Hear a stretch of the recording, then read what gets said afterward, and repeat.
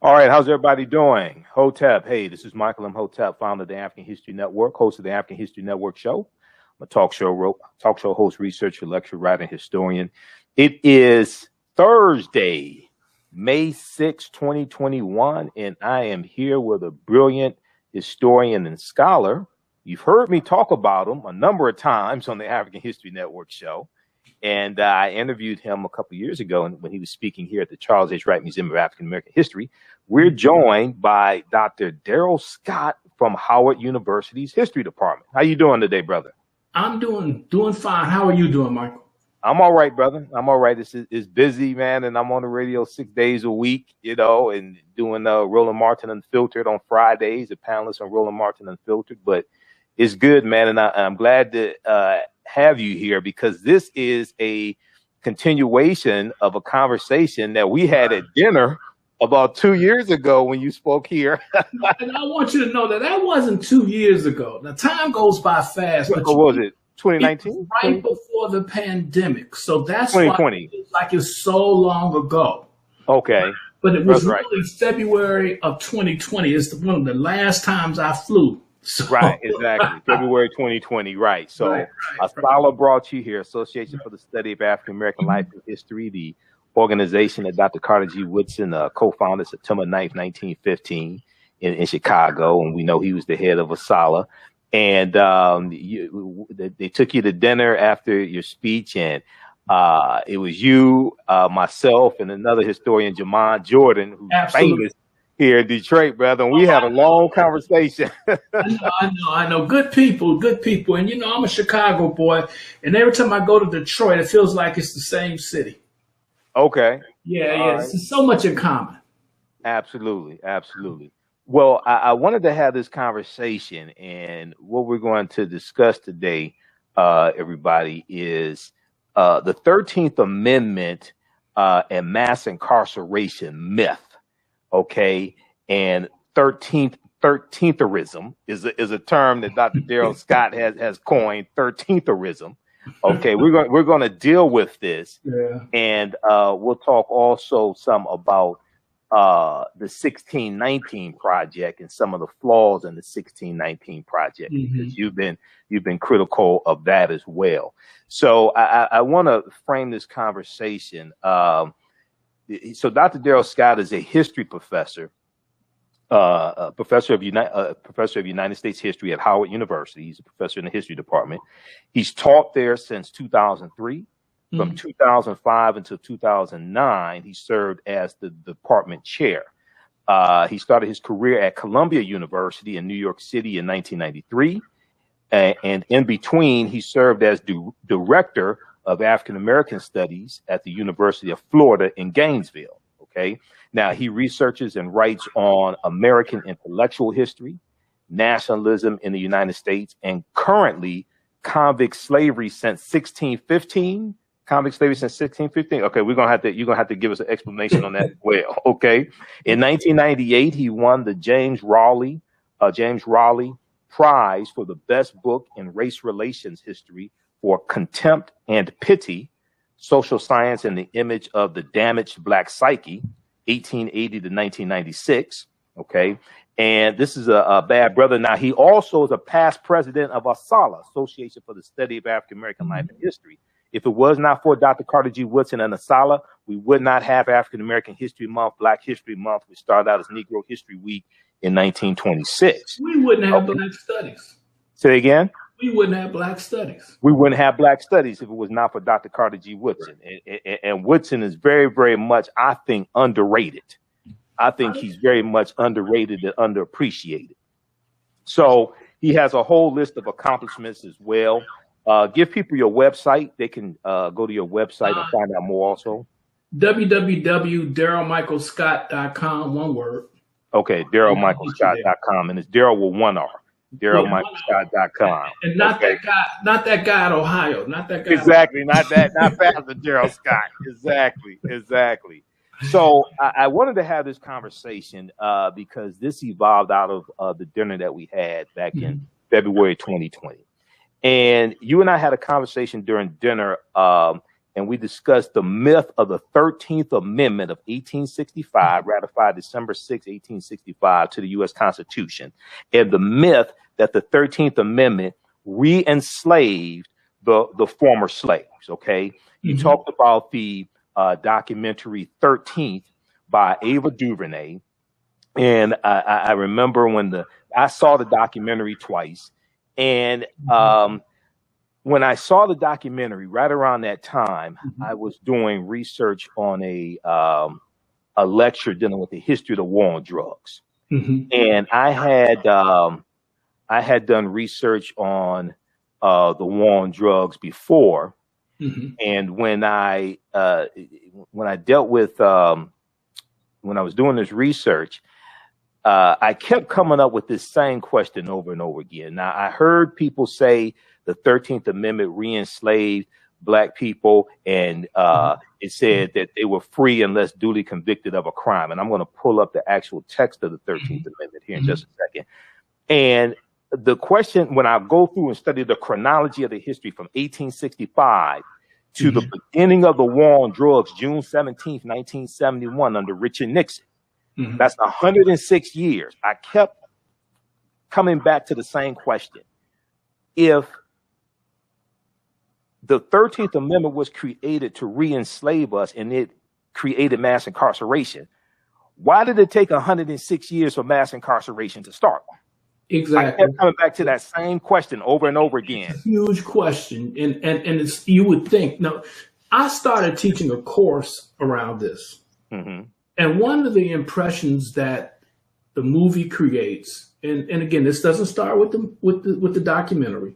Correct. But one of the impressions that the documentary creates is that everybody's re-enslaved. And my students come to class thinking, because they've all seen the documentary. Right. They come to class thinking that by 1870, 1880, the way they roll this out, that most of the ex-slaves had been re-enslaved. Okay. and some of them go as high as 90%, thinking that 90% of them had been re-enslaved. Okay. Wow. So that's the impression that is created when you say that slavery didn't end, it evolved. But when the reality, when you look at the reality, is that in the late 19th century, never 1% of the free people were re-enslaved. Never 1%. It was more like 0.25%. Okay. So it's never re-enslavement at all. The number is so out of sync that is the biggest misimpression. And so when you start teaching about the 13th Amendment and incarceration, the first thing that pops is that they have to confront the fact that 99% of their ancestors in the late 19th century were never incarcerated. Okay. Okay. So yep. Even though we disproportionately in many states, even though we were disproportionately made up a percentage of the incarceration rate, but the majority of us were not incarcerated. Now, here is the truest statement of all. Okay, and let's get this out here, because, you know, some people get confused and start thinking, if I disagree with this, I must be politically a conservative. Okay. Look, I just believe the truth may not set you free, but a lie certainly won't. Okay. Right? Now, when you start going back and looking at incarceration rates, Black people have always been disproportionately incarcerated. Right. So the meaning of racism, the import of racism and incarceration, is that Black people are always disproportionately incarcerated. So when the prisons start developing in the early 19th century, we're always there disproportionately. Now, some of the 13thers would like to say, well, the prisons were made for white folks. Yeah, they were. But they did just fine for Black folks, if you will. So that, for instance, in New York State, Black people were something like 2% of the population in the antebellum period. Black women were 40% of the incarcerated people. Right. Okay, 40%. So 2% of the population produced 40% of the female prisoners. So that tells you that that is mad disproportionate incarceration. Now, this is before the 13th Amendment. And who were these people? These were free Black people. And so the state of freedom for Black people has always been one of disproportionate incarceration. Right. Nothing to do with the 13th. Before the 13th, we're disproportionately incarcerated. After the 13th, we're disproportionately incarcerated. But never were we mass incarcerated in the 19th century. And the term mass does not even come into the conversation until the late 20th century. And when people create language, they typically create language for a purpose. Okay, they don't just come up with it for no reason. They typically are trying to make sense of something. And what everyone was trying to make sense of by the 1970s was the fact that incarceration was getting out of control. And so we went from being disproportionately incarcerated in a society where roughly 200,000 people were being incarcerated to being disproportionately incarcerated in a system of mass incarceration, so that we were 6 or 7 times more likely to be incarcerated, and over 1 million of us incarcerated. Okay. And that number approaching 1.5% incarcerated in the federal pens. I mean, I'm only talking about the federal system. Okay. And disproportionately incarcerated in that system. So the history is one of consistent disproportionate incarceration. And why? Because of racism.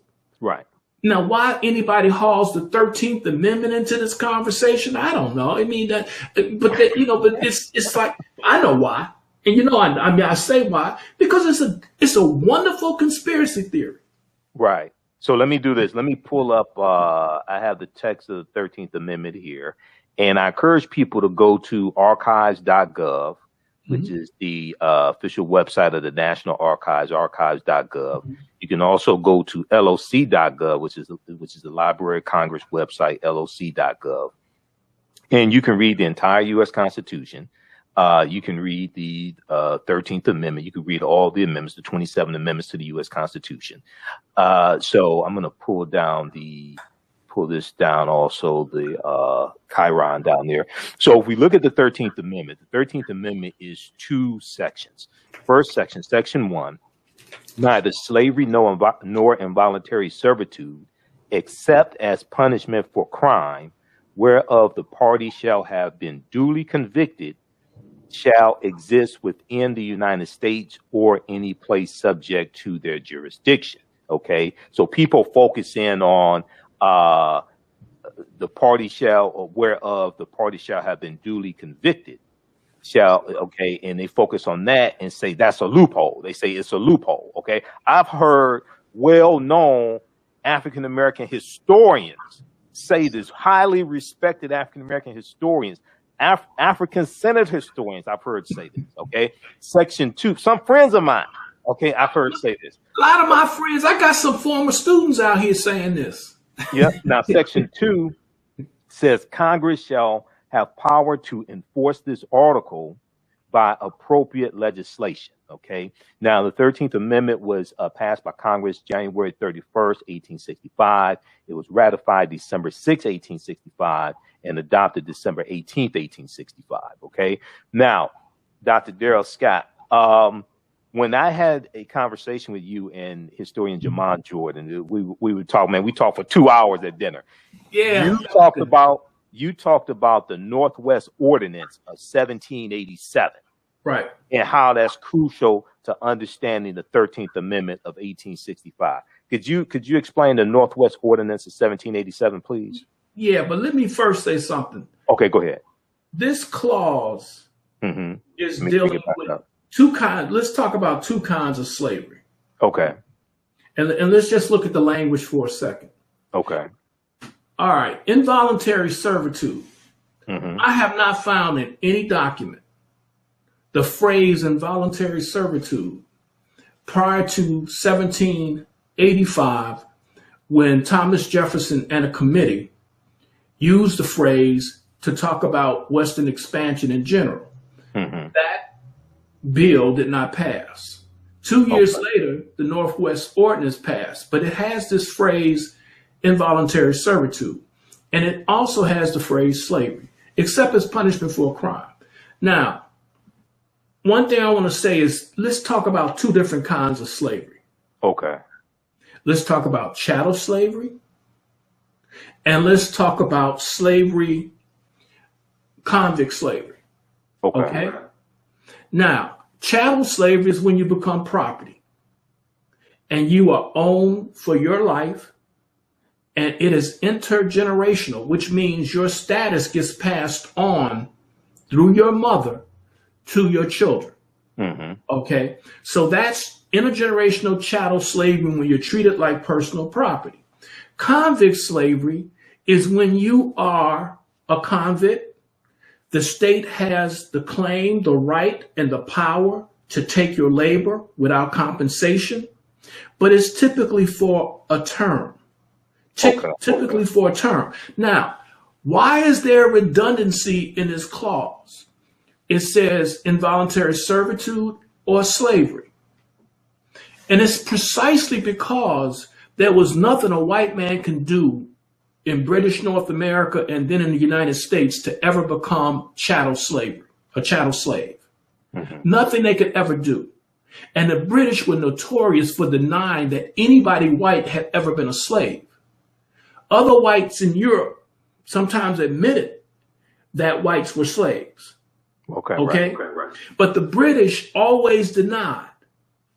So always note, when you see involuntary servitude sitting in this clause, Thomas Jefferson and company is talking about white folks. And when you see slavery, it's referred to slave, they're talking about black folks. Okay. So they're talking about both at once, white people and black people. Now, in the Northwest Ordinance of 1787, they were taking land from existing states, and in that land, they were saying there would be no chattel slavery. That is what the Northwest Ordinance was created to do, to prevent any more chattel slavery in those states. And those states are Wisconsin today, Illinois, Indiana, Michigan, Ohio. The old Northwest, as they call it. And so they were eliminating chattel slavery. Okay, so this is what the Northwest Ordinance of 1787 was doing. That is what it's attempting to do in chattel slavery. Because there were slaves, chattel, in these places. Now, when this ordinance was created, there were virtually no prisons in America. Right. And so in frontier America, you didn't have prisons.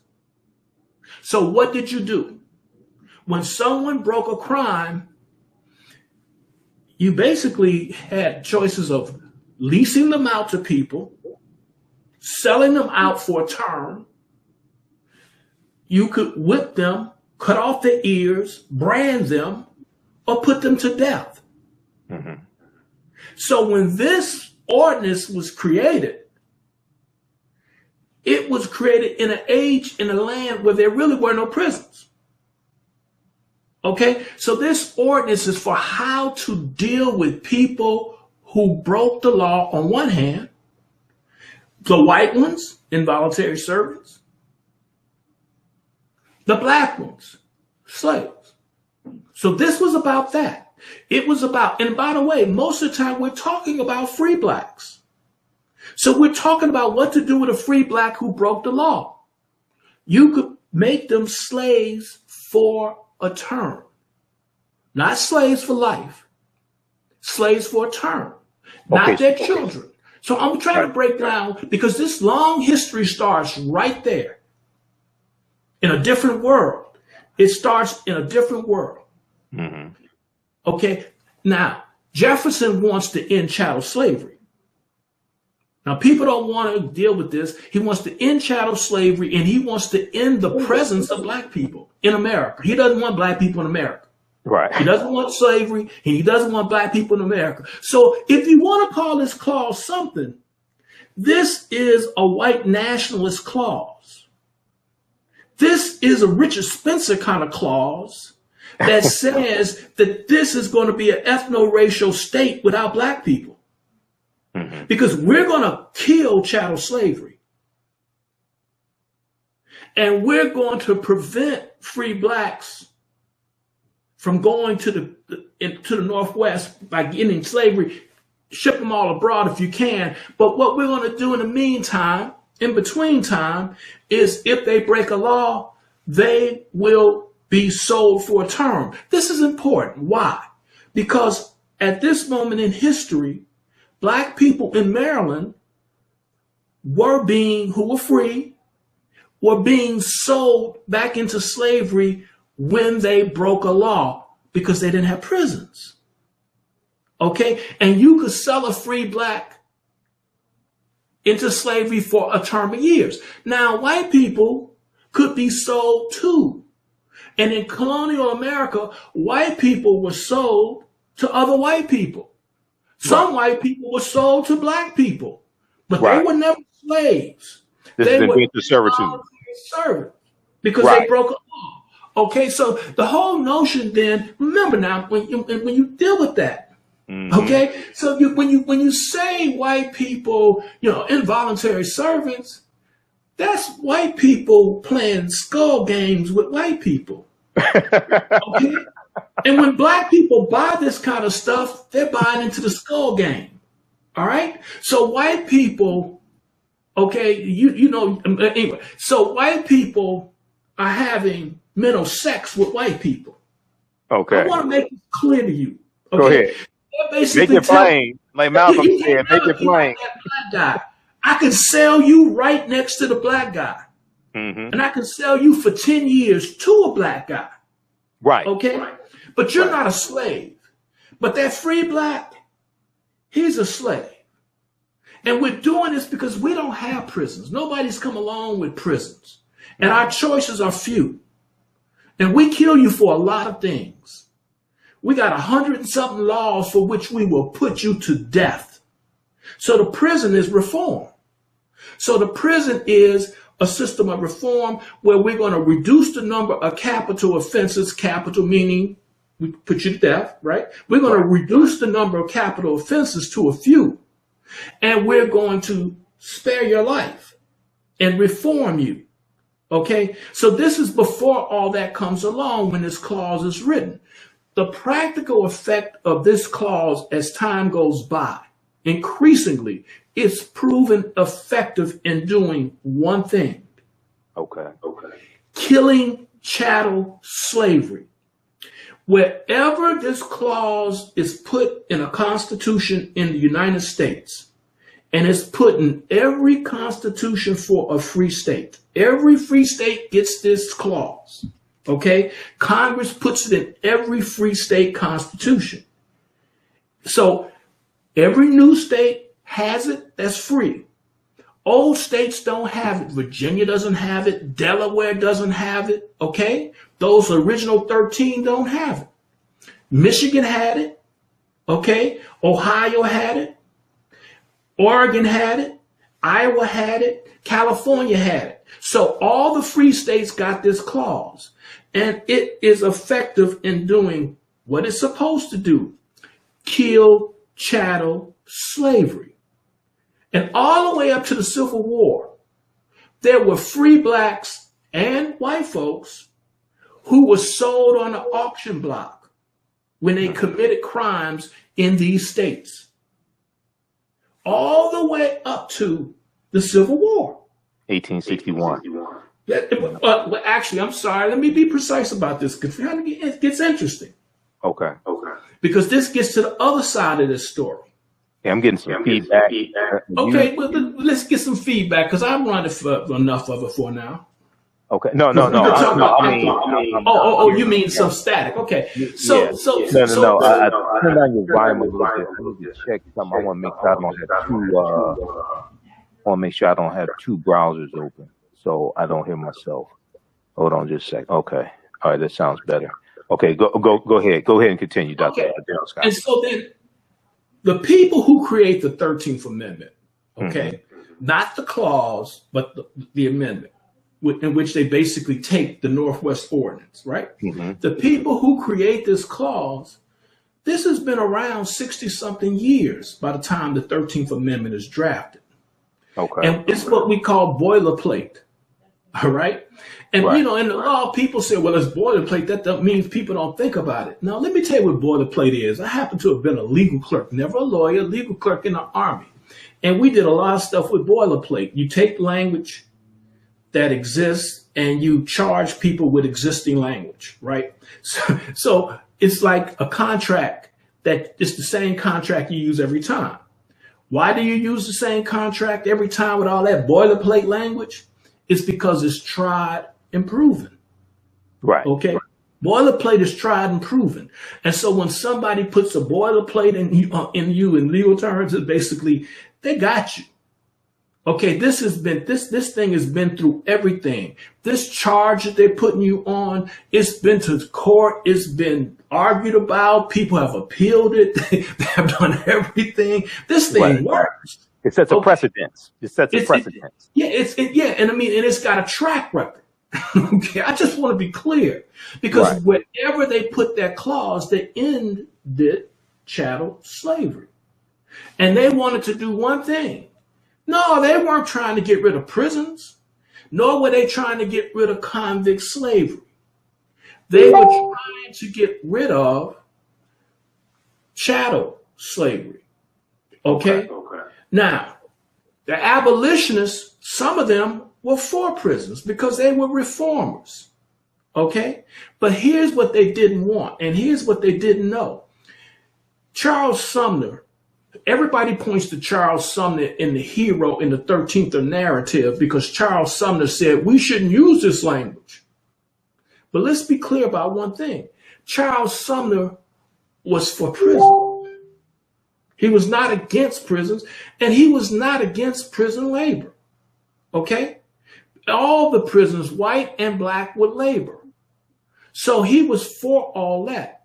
But he didn't know that free blacks were being sold on an auction block. Okay? He didn't know that in Maryland, they were still selling people. In Delaware, they were still selling people. He didn't know they were still selling white people. These are not things that they necessarily knew. Everybody knew.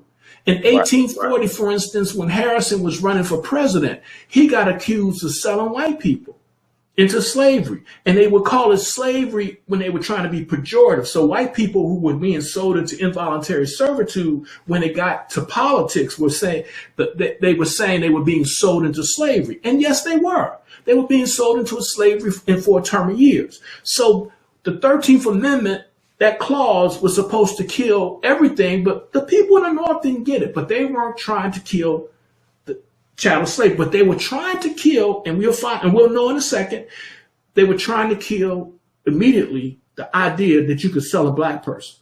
So in 1866, 1 year after the passage of the 13th Amendment in Maryland, which was forced to have this clause, Maryland, as you know, occupied this borderland that the North was not going to let go into the Confederacy. And so they dealt with Maryland very sternly, and they forced this amendment, this clause, into their constitution.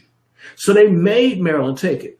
So one of these Southern-leaning, Confederate-leaning judges, okay, in Anne Arundel County down the road, he basically said, I'm trying this. I'm going to take these old laws that govern free blacks. Right. And I'm going to sell some black people on the courthouse steps, auction them off. And it was a test case. You can tell it's a test case because he sold 3 or 4 people, and one of the people being sold was a black guy who bought himself. Okay, so brother got on the courthouse step, and they say, look, to the highest bidder. And brother started bidding, and he bought himself for $30. Okay, and so he was sold to himself as a slave for a term. Oh, you say, okay, so the 13th Amendment did have a loophole. Boy, Charles Sumner didn't know this was about to happen. He went off. And so did the rest of the radical Republicans. This is partly how you get the the Civil Rights Act of 1866. Right. There are two things that give you the Civil Rights Act. This behavior right here and the black codes, which we'll get back to. Okay, so you get these two things that give you the 1866. Salmon P. Chase, who's now on the Supreme Court, who was in Lincoln's cabinet. Chase, look here. Chase went off. He ruled that you can't sell people like this. So the loophole was shut down immediately. Immediately. It was shut down before anybody created, guess what? Convict leasing. So when you get all this 13therism, that this loophole is how you get convict slavery, or how you get convict leasing. Oh no. This loophole was shut down within a year. Okay? The Freedmen's Bureau shut down that loophole in Virginia. In Virginia, they were trying to sell black people too on the courthouse steps. Virginia, the Freedmen's Bureau said no. Now, the point here is what was created to end chattel slavery was also going to end anything that smacked of slavery, which usually means to most of us selling people to a private entity. Okay? So selling people to a private entity. And so they said, no, we're not going to have any of this.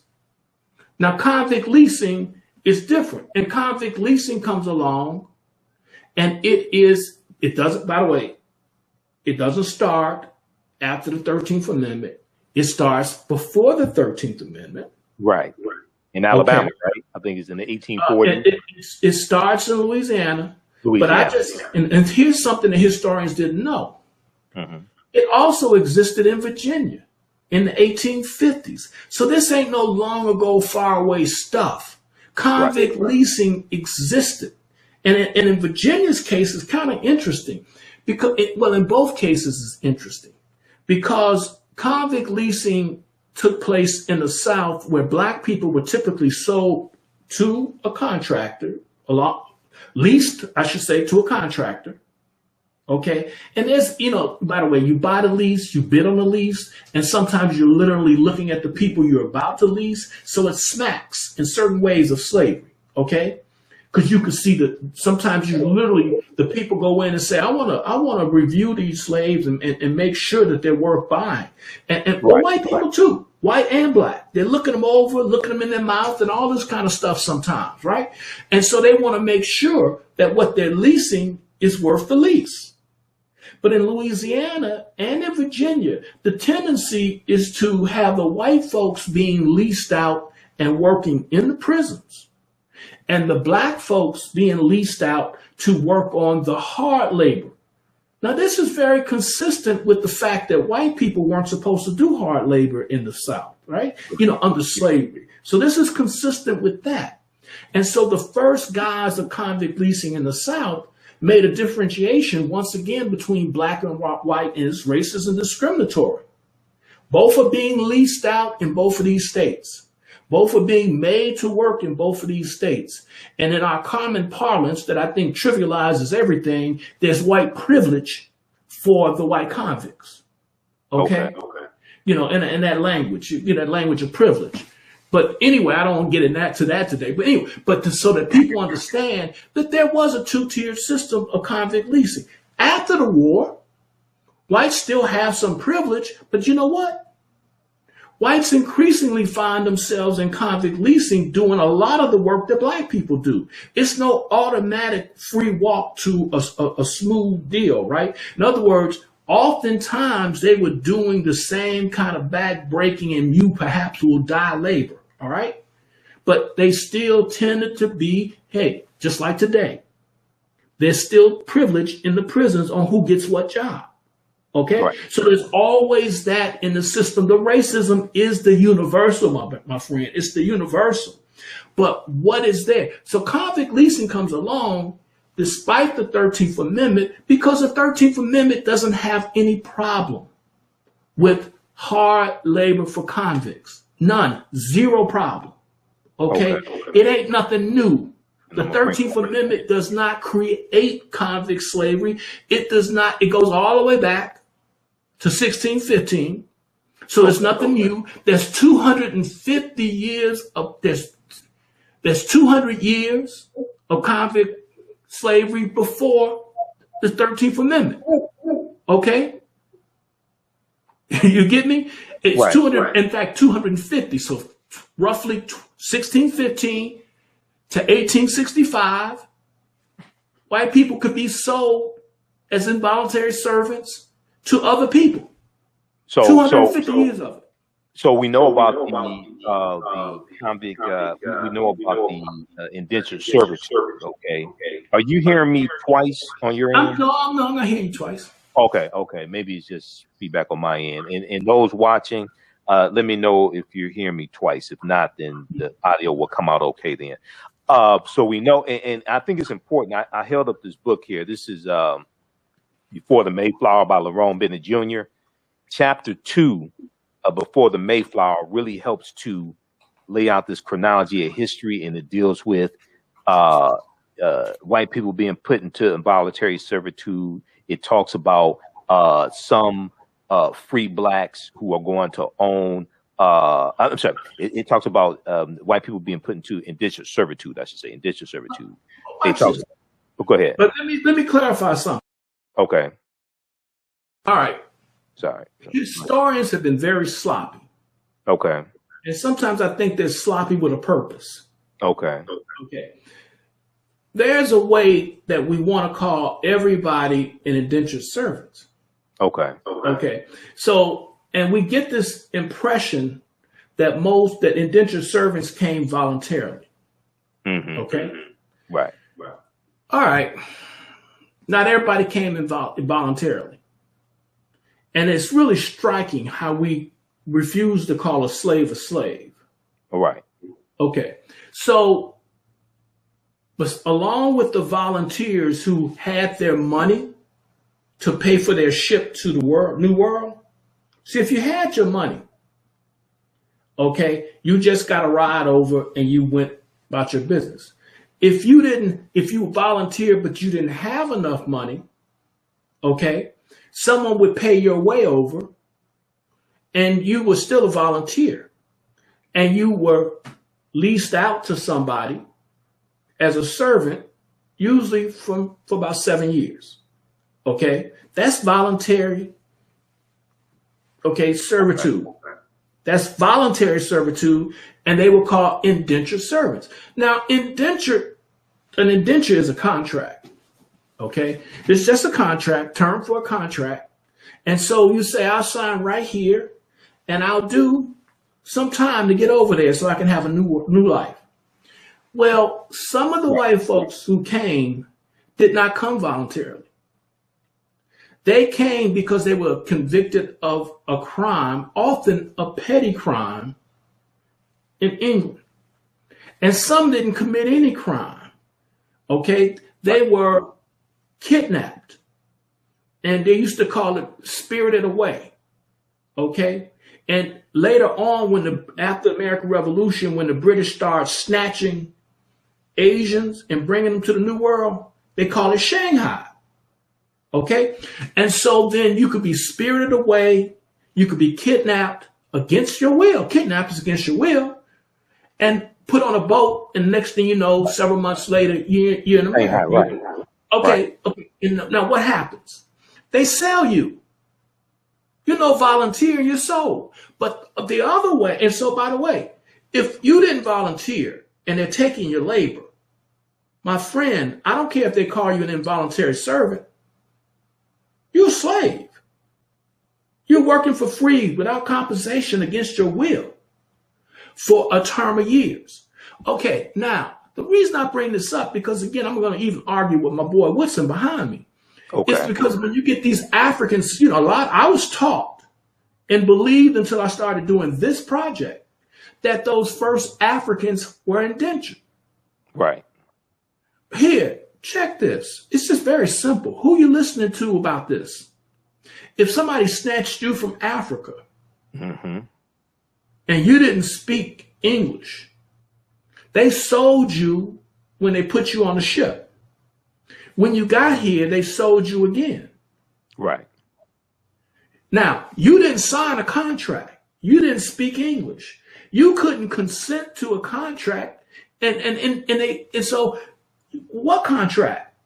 How you call me an indentured servant when I didn't sign a contract? Okay? So you're not an indentured servant. You are working against your will without compensation. My friend, you're a slave. I don't care what they put in the law book. I don't care what the colony wrote down. And by the way, nobody has ever seen what the colony wrote down. Nobody's ever seen one of these black people's indentures. No one's ever seen one. All right? Okay, so we are speculating and we are inferring from cases that come to the court. But beyond inferring, I'm going to say, even if somebody did treat you like an indenture, that doesn't make you an indenture. You didn't sign an indenture. You didn't volunteer nothing. They took your labor. They took you twice. They took you from your native land. They put you on a boat. So you're a slave. So those first Africans were slaves, right? Alongside some white folks who were convicted. Because in England, by the way, they were letting some convicts in England come over rather than what? Putting them to death. So the king was vicious. The king would say, you stole something, you burglarized something. Oh, that's a capital offense. Off with his head, right? Okay. Right. This is before the prison. This is before all this great reform. This is before the full enlightenment and all this kind of stuff, right? Okay, so they're putting these people to death. Then comes grace from the Lord, if you will, the king, which is to say, we're going to send you over here for 20 years. Okay, to the colonies. Or you got another choice. Right. We could take your head right now. Okay? So that choice is not a choice. That basically is you are being sent into involuntary servitude, which is what? Against your will, which is slavery. You're going to work for 20 years against your will. Okay? Because you committed a crime. It could be vagrancy, which means you could be no way to show that you had income. And they could just snatch you up and say, hey, we're going to send you over here. And then you could be sent over by kidnapping and they can still give you 20 years. So my point to you is that they got white folks right beside these black folks in early Virginia and Maryland who are nothing but slaves, convicted and treated like convicts, sometimes just stolen, and they're going to spend some years, okay, working for somebody without recompense. Right. Okay, so that's why I use the term convicted convict slave. And so convict slavery is an institution that's 250 years old when the 13th Amendment comes. Okay. It started nothing. And I know chapter 2 of Before the Mayflower by Lerone Bennett Jr., he lays out some of this history. And he did this is before chattel slavery evolves in like the 1600s. That's right. We don't even fully have chattel slavery, but here's the truth about this. Now, again, I'm one of these historians. I believe I don't care about the politics of history. Right. Okay.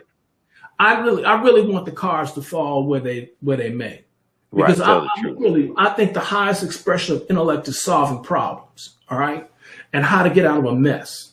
Okay. Right. You're in a mess. How do I get out? And the only way you get out of a mess is to tell the truth to yourself, right? Deal with the truth. All right.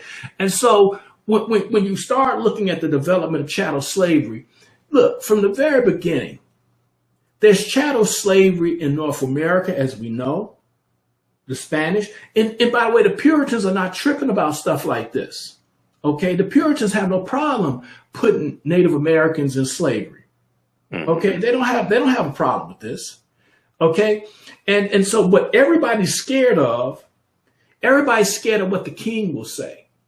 So they get into the business of chattel slavery before the law. But nobody wants to be honest about it because the king may very well say that he doesn't want slavery. He basically says there's no slavery in his realm. Now they start dealing with black folks as slavery and as slaves, and they start dealing with white folks, Native Americans as slaves early on. And other European countries do it too. And these people are occupying the same world. They're not strangers to these institutions of the institution of chattel slavery. And so many people probably bought those first 20 Africans and said to themselves, you'll never be free. Okay. And subsequent ships that came along, virtually nobody was free, right? In other words, let me just tell you them, so there's this very short window in which black people had a chance to get free, when they came over here.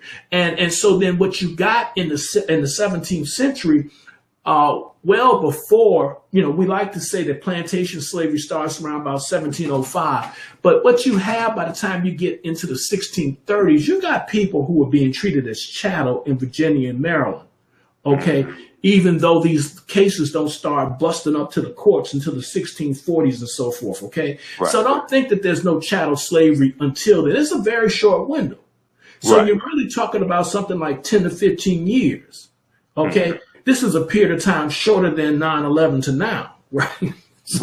Right. So you have the treatment of African people as chattel slaves before you have the codified slave laws actually in place. Absolutely. Yeah. And then you look at Massachusetts is going to be the first colony to have codified slave laws in 1641, but this is before the colonies start having the chattel slavery codified laws in the 1660s with Virginia and Maryland. Absolutely. So in other words, sometimes, look, there's a way in which we can make too much of laws and too little of laws, because what we're really looking for is what was going on the ground. Right. Okay. That's what we're really trying to find out. And the law is just one way to find out what was going on. And sometimes it's not a good guide for what's going on. Okay. Sometimes the laws can tell you how things are, and you get on the ground and, for instance, you have laws against intermarriage and all this, and you can look around and find people who, married sometimes. So you can see things that just are not with the law, because oftentimes the question is, how are the laws being enforced?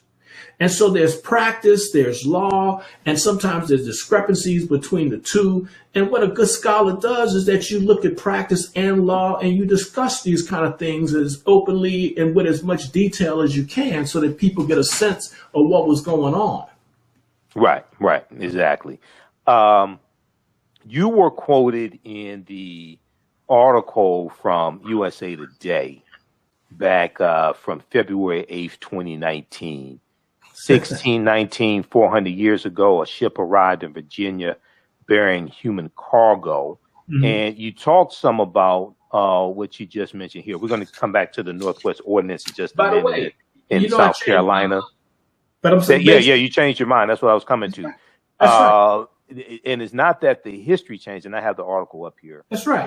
I talk about this, and I have thousands and thousands of articles I teach from this. But it's something very important in here. I'm going to scroll down to this. You talked about, so for just so people understand, it's a tricky history dealing with that 20 and odd Africans. And the reason why it's a tricky history is because they are captured from what's present day Angola. They are put on a Portuguese slave ship called the San Juan Batista. It's about 350 of them. The San Juan Batista is going to be hijacked by English pirates around Veracruz, Mexico. They're going to take about 50 to 60 of these Africans off the San Juan Batista, put them on two English pirate ships, the White Lion and the Treasurer. The White Lion and the Treasurer come into Point Comfort in Virginia. Okay. Now, and from my research, it wasn't Jamestown, Virginia. It's actually like present day Hampton, Virginia. Okay, but they're coming to Point Comfort. And then August 20th, 1619, 20 and odd Africans on the White Lion are going to be exchanged for food and water and supplies. Okay. Now, when at 1619, they don't have codified slave laws in any of the 13 colonies. And they don't even have a Virginia Assembly, right? Okay. And then from my research, they're going to be, now they're captured. They're captured by the Portuguese. Right. It's against their will. Exactly. They're put into, for my research, they're put into in Virginia, they're put into a form of, say, involuntary indentured servitude, because they're going to be released after a number of years. Okay, now but it's against their will. Go ahead. Yeah, that's right. Well, you've heard my spiel, and you can see again. Historians change their mind. Okay, when I first dealt with this issue years ago, up until 2019, right? I had the position that they were indentured servants. That's what I was taught. By the way, that's what Carter G. Woodson argues. Okay. So this has been argued for over 100-something years by scholars that they were indentured servants, right? Now, you rightly point out that they're involuntary indentured servants. But let me suggest this to you. Sure. There is a concept that existed time immemorial of slavery for a term of years. Slavery for a term of years. All right. If you are being held against your will today and being forced to work, whether it's in the United States or whether it's in Africa or whether it's in Asia, we call that slavery. It's called slavery because you are being forced to work against your will without compensation. Now, we could say that's involuntary servitude, or we could say that is slavery, and oftentimes it's for a set of years, for a term of years. So some of these people, and this is how I put it now, were treated like slaves for a term. Some of them were treated like chattel from day one, in the sense that nobody intended to let them go. See, we don't know for certain what their status was and what people's intentions were. But it plays itself out fairly quickly. So by 1826, right? If they're getting the 7-year treatment, right, it's over. 1826 or 1626? 1726. 1726. They should be gone. They should be on their way, right? They should be free to go. I mean, do whatever you want to. It's been real. You did your 7 years. We know that's not the case. So we know that some people are being treated differently, and it's probable that a lot of these white folks who were holding them were trying to hold them permanently. They just didn't know what to tell the king because it was unclear what the king was saying. So it's speculative, but I'm going to say this. If I was holding you, I wouldn't be running around Upper Marlboro where I live telling people I got you in my basement. Because I know that's illegal. But if it was uncertain, I still wouldn't tell anybody. You follow me? I wouldn't tell anybody any of this. And that's what's going on in some of these places. We don't want to necessarily alert the king to any of this. But they know it's happening elsewhere. Right. And at the same time, you have different things taking place at the same time when you go up until the 1660s. But even after that, because you're going in the various colonies, you're going to have free African Americans who can vote and own property. Okay. And then we're going to see that phased out and those rights taken away from them as well. And by the way, some of this doesn't take long. I mean, everybody knows that these free Africans are being discriminated against. I mean, Anthony Johnson, the first black slaveholder, the first black person we know who got his freedom, also ended up being a black slaveholder. Well, we also know that when he died, they took his property from his family. They took his property from the family. Yep. I mean, this was like a tenuous existence for these free people that, you know, they later called free people of color, but he called himself an African. This was a tenuous existence for these folks, right? And so they could always fall. And like I say, when they broke laws, they were treated as slaves for a term. See, that's what it became. They sold into slavery, and if they broke too many laws, they'll sell them for life as chattel. Okay. Now, when you said they, who is the they you referring with? If they broke too many laws, who's the they you referring to? Free blacks broke laws. Oh, free blacks. Okay, right. If free blacks broke the laws, like, you know, the descendants of the 20 odd, right? Right. If those who got free, if they broke laws in Virginia, they could be sold on the blocks. Okay, just like the white people who would be sold too. But what I'm saying is that practice never ends for them until 1865. Right. Okay, for white folks, they'll still sell them. By the way, in Virginia, they pretty much stopped selling white people as involuntary servants, quote unquote involuntary servants, around about the time of the Revolution. Okay. 1775, right around that time. About that time, right? You know, and again, I haven't been to every courthouse down there to see how that shook out, really, but I'm sure it was somebody sold. Exactly. Okay. So let me follow up, and we'll be here for a few more minutes. You have a little more time? Sure. Okay. All right. No problem. And for those just tuning in, I'm Michael Imhotep, founder of the African History Network, host of the African History Network show. We're speaking with Dr. Daryl Scott, who's a history professor in the history department at Howard University. We're talking about the 13th Amendment and mass incarceration myth, the myth that the 13th Amendment led to mass incarceration or created mass incarceration, a loophole in the 13th Amendment that re-enslaved the former slaves, the free African Americans. And he has coined the term Thirteentherism. He teaches a history class at Howard University called From Slavery to Mass Incarceration. Is that's the name of the class? Right. And he talks about, because we're Facebook friends, and he oftentimes posts about the students coming into the class, and they've seen Ava Duvernay's movie 13th, and they think that the 13th Amendment re-enslaved African Americans, and he has to go through this whole deprogramming process. Okay, but talk about that. But by the way, this is increasingly a problem.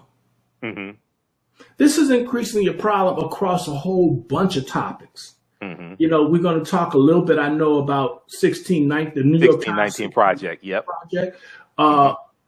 Buck breaking is about to come out. This is about to be one that'll show up on campus. You know, all this stuff that people say, practicing. Look, Jamon Jordan, as you know, is a dear friend of mine. I respect him as a scholar. He doesn't teach at a university. He doesn't come with a PhD, but he does real history.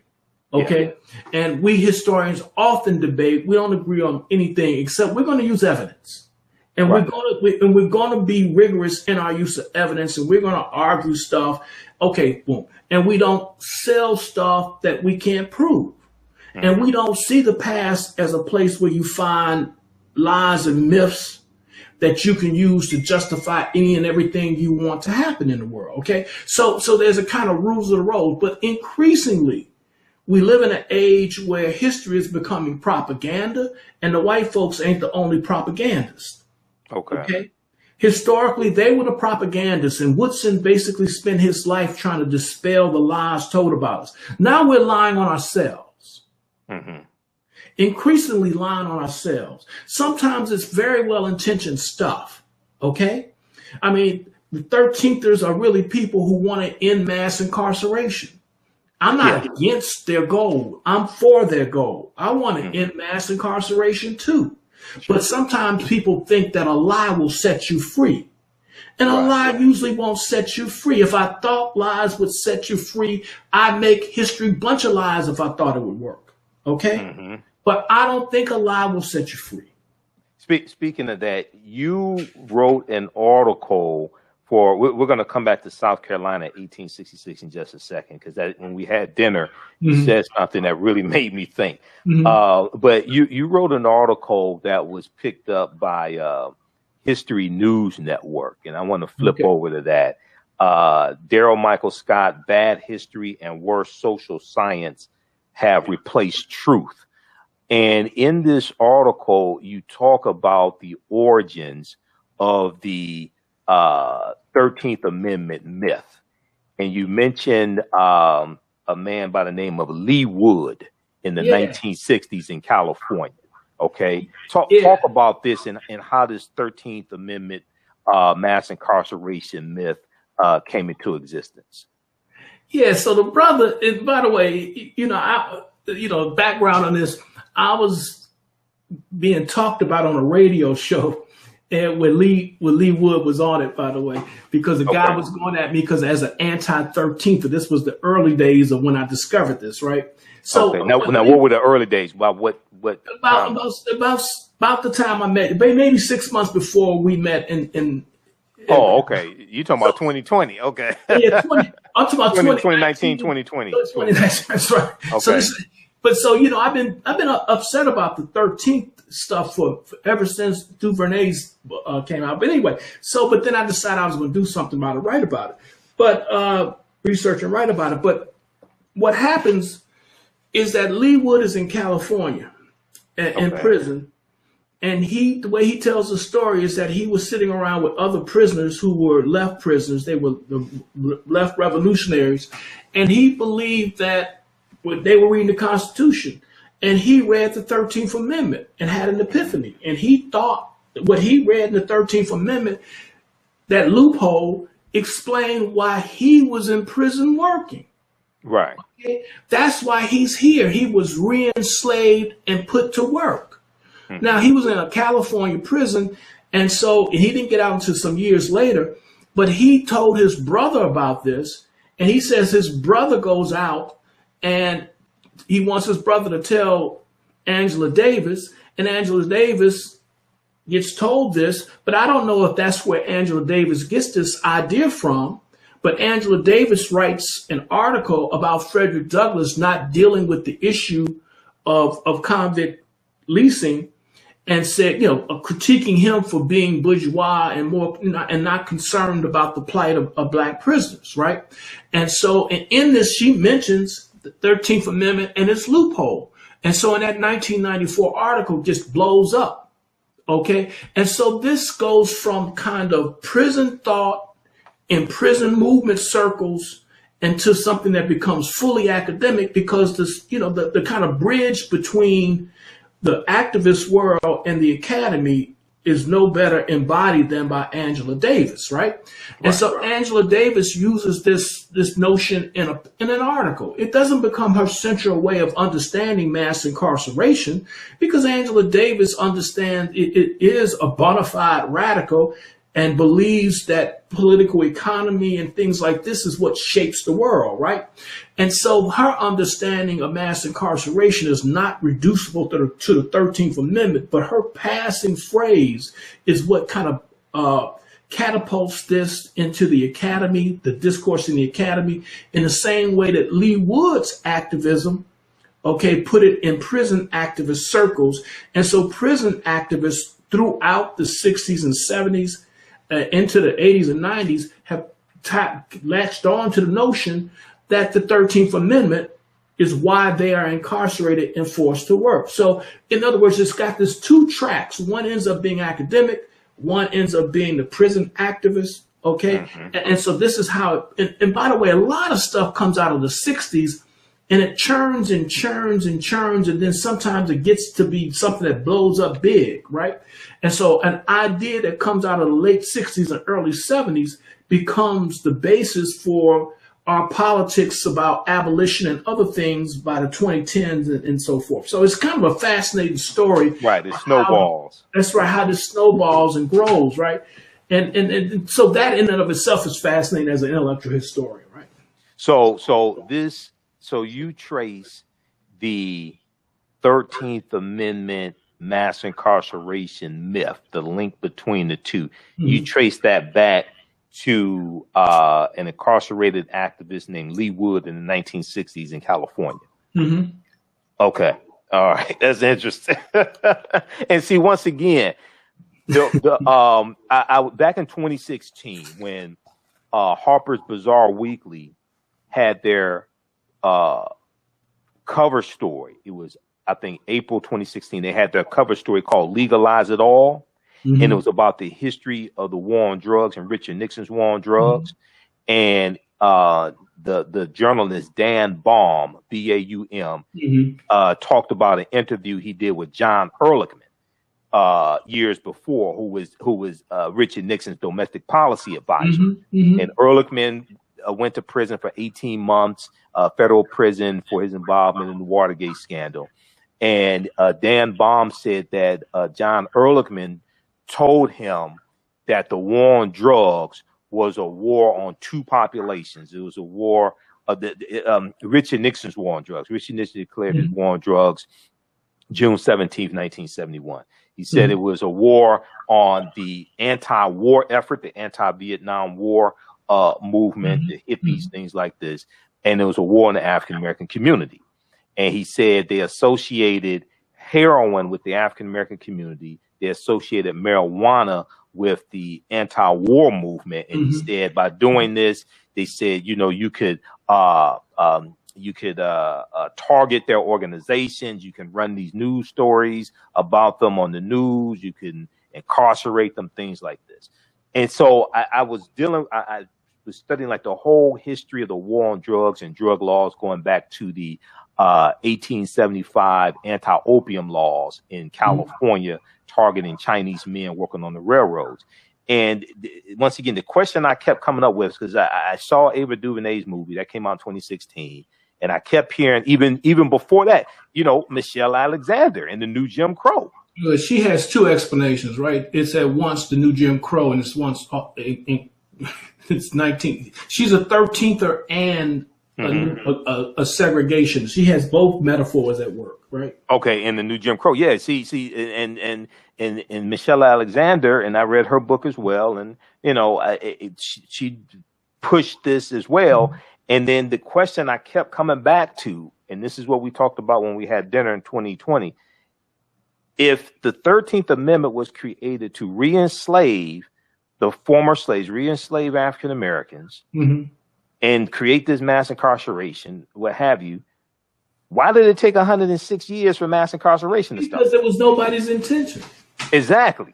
It was nobody's intention. Now, you talked about South Carolina in 1866, and you talked about when we had what you're about to mention. Yeah, you're talking when about we had dinner, South Carolina, and they didn't have a state prison until 1860.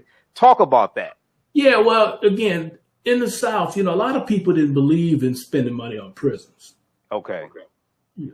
Well, as I tell my students, they'll convict you of a crime, 100-something odd crimes, and then take you out back within a week and do you up. In other words, they'll put you to death. Putting people to death without all these, Supreme Court wasn't big into intervening in when someone should die, how they should die, and all this kind of stuff in the 19th century. And so what they do in South Carolina, if they had reason to put you to death, they just put you to death. And they had a lot of crimes they put you to death for. And that's a lot cheaper than a prison. Right. Okay. And those people they didn't believe in a state. They didn't believe in high taxation. Okay. So, prison. So now South Carolina was the first state to secede from the Union, December 1860. And this is where the Civil War started. That's right. April So, 1861. that's right. And so they started discussing, at the same time that they started discussing the black codes, they started discussing a prison. Now, when you're discussing a prison, by the way, you're not discussing convict leasing. Okay, right. Because convict leasing, as we know it, is when you're selling people to private owners entities that are going to take you out to work in the field or in a mine or on a road or something like this. Corporations, things That's like right. that. Yeah. So you're going to, let the people take control of. So when you build a prison, particularly at this moment, the whole idea was that you were going to house these people. And they said that you're going to emancipate these Negroes, and now they're going to commit more crimes Because there have been criminals all along. By the way, this whole notion that black criminality was something that comes in after the Civil War, the notion that blacks were criminals is an antebellum notion that goes back all the way, right? Right, so before the Civil War. Antebellum before the Civil War. Oh, yeah, before the Civil War, right? Mm-hmm. And so it just becomes a scientific discourse about criminality in the late 19th century, but nobody ever needs science to call somebody else criminal, right? You didn't need science for that. So they've been calling black people criminals all along. And so they were saying that black people would be free and there would be more criminals. And then they got together and said, we're going to have to build a prison to deal with this black criminality. They built a prison to hold 100 people. There were over 400,000 black people who were in slavery in South Carolina. And they built a prison that would have 100 people. Right. Okay? Nobody's thinking mass incarceration.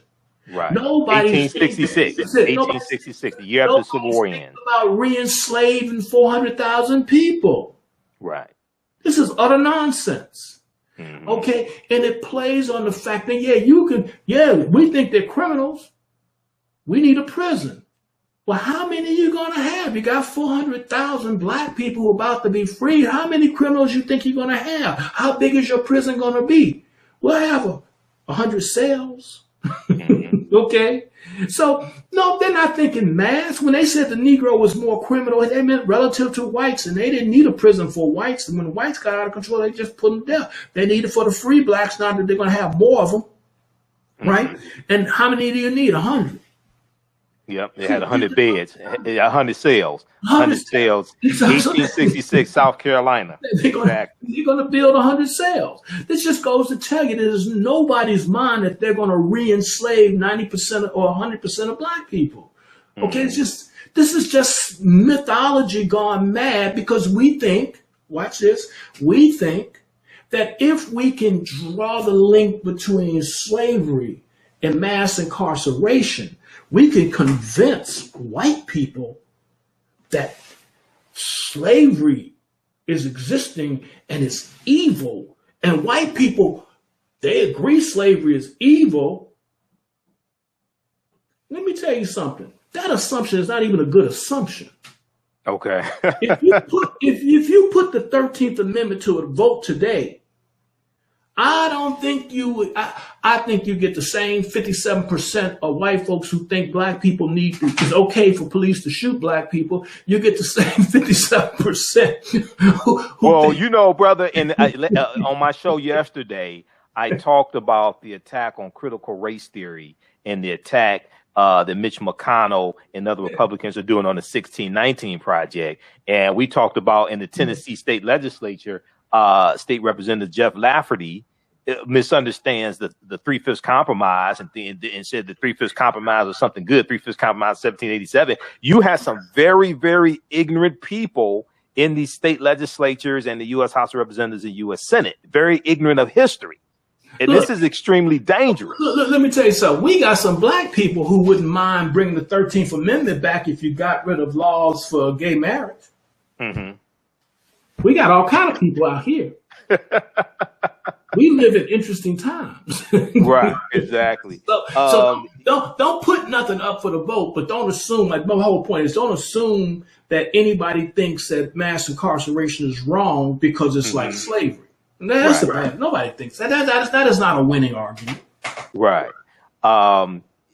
You wanted to talk about the black codes. You mentioned the black code.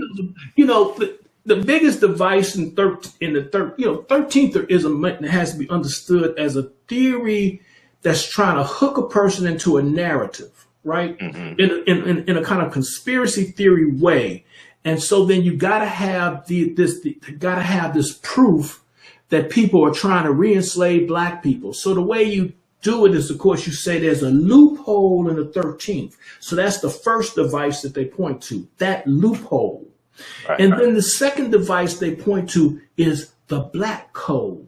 And so the black code was created to re-enslave black people. That was the mechanism. So in that narrative, in that myth, in conspiracy theory, the Northerners, who had just beat the Southerners in a war, right? Okay, 500,000 people dead, okay? but they're in cahoots in the 13th narrative to re-enslave black people. Okay? You know, that's a conspiracy between the white man, North and South.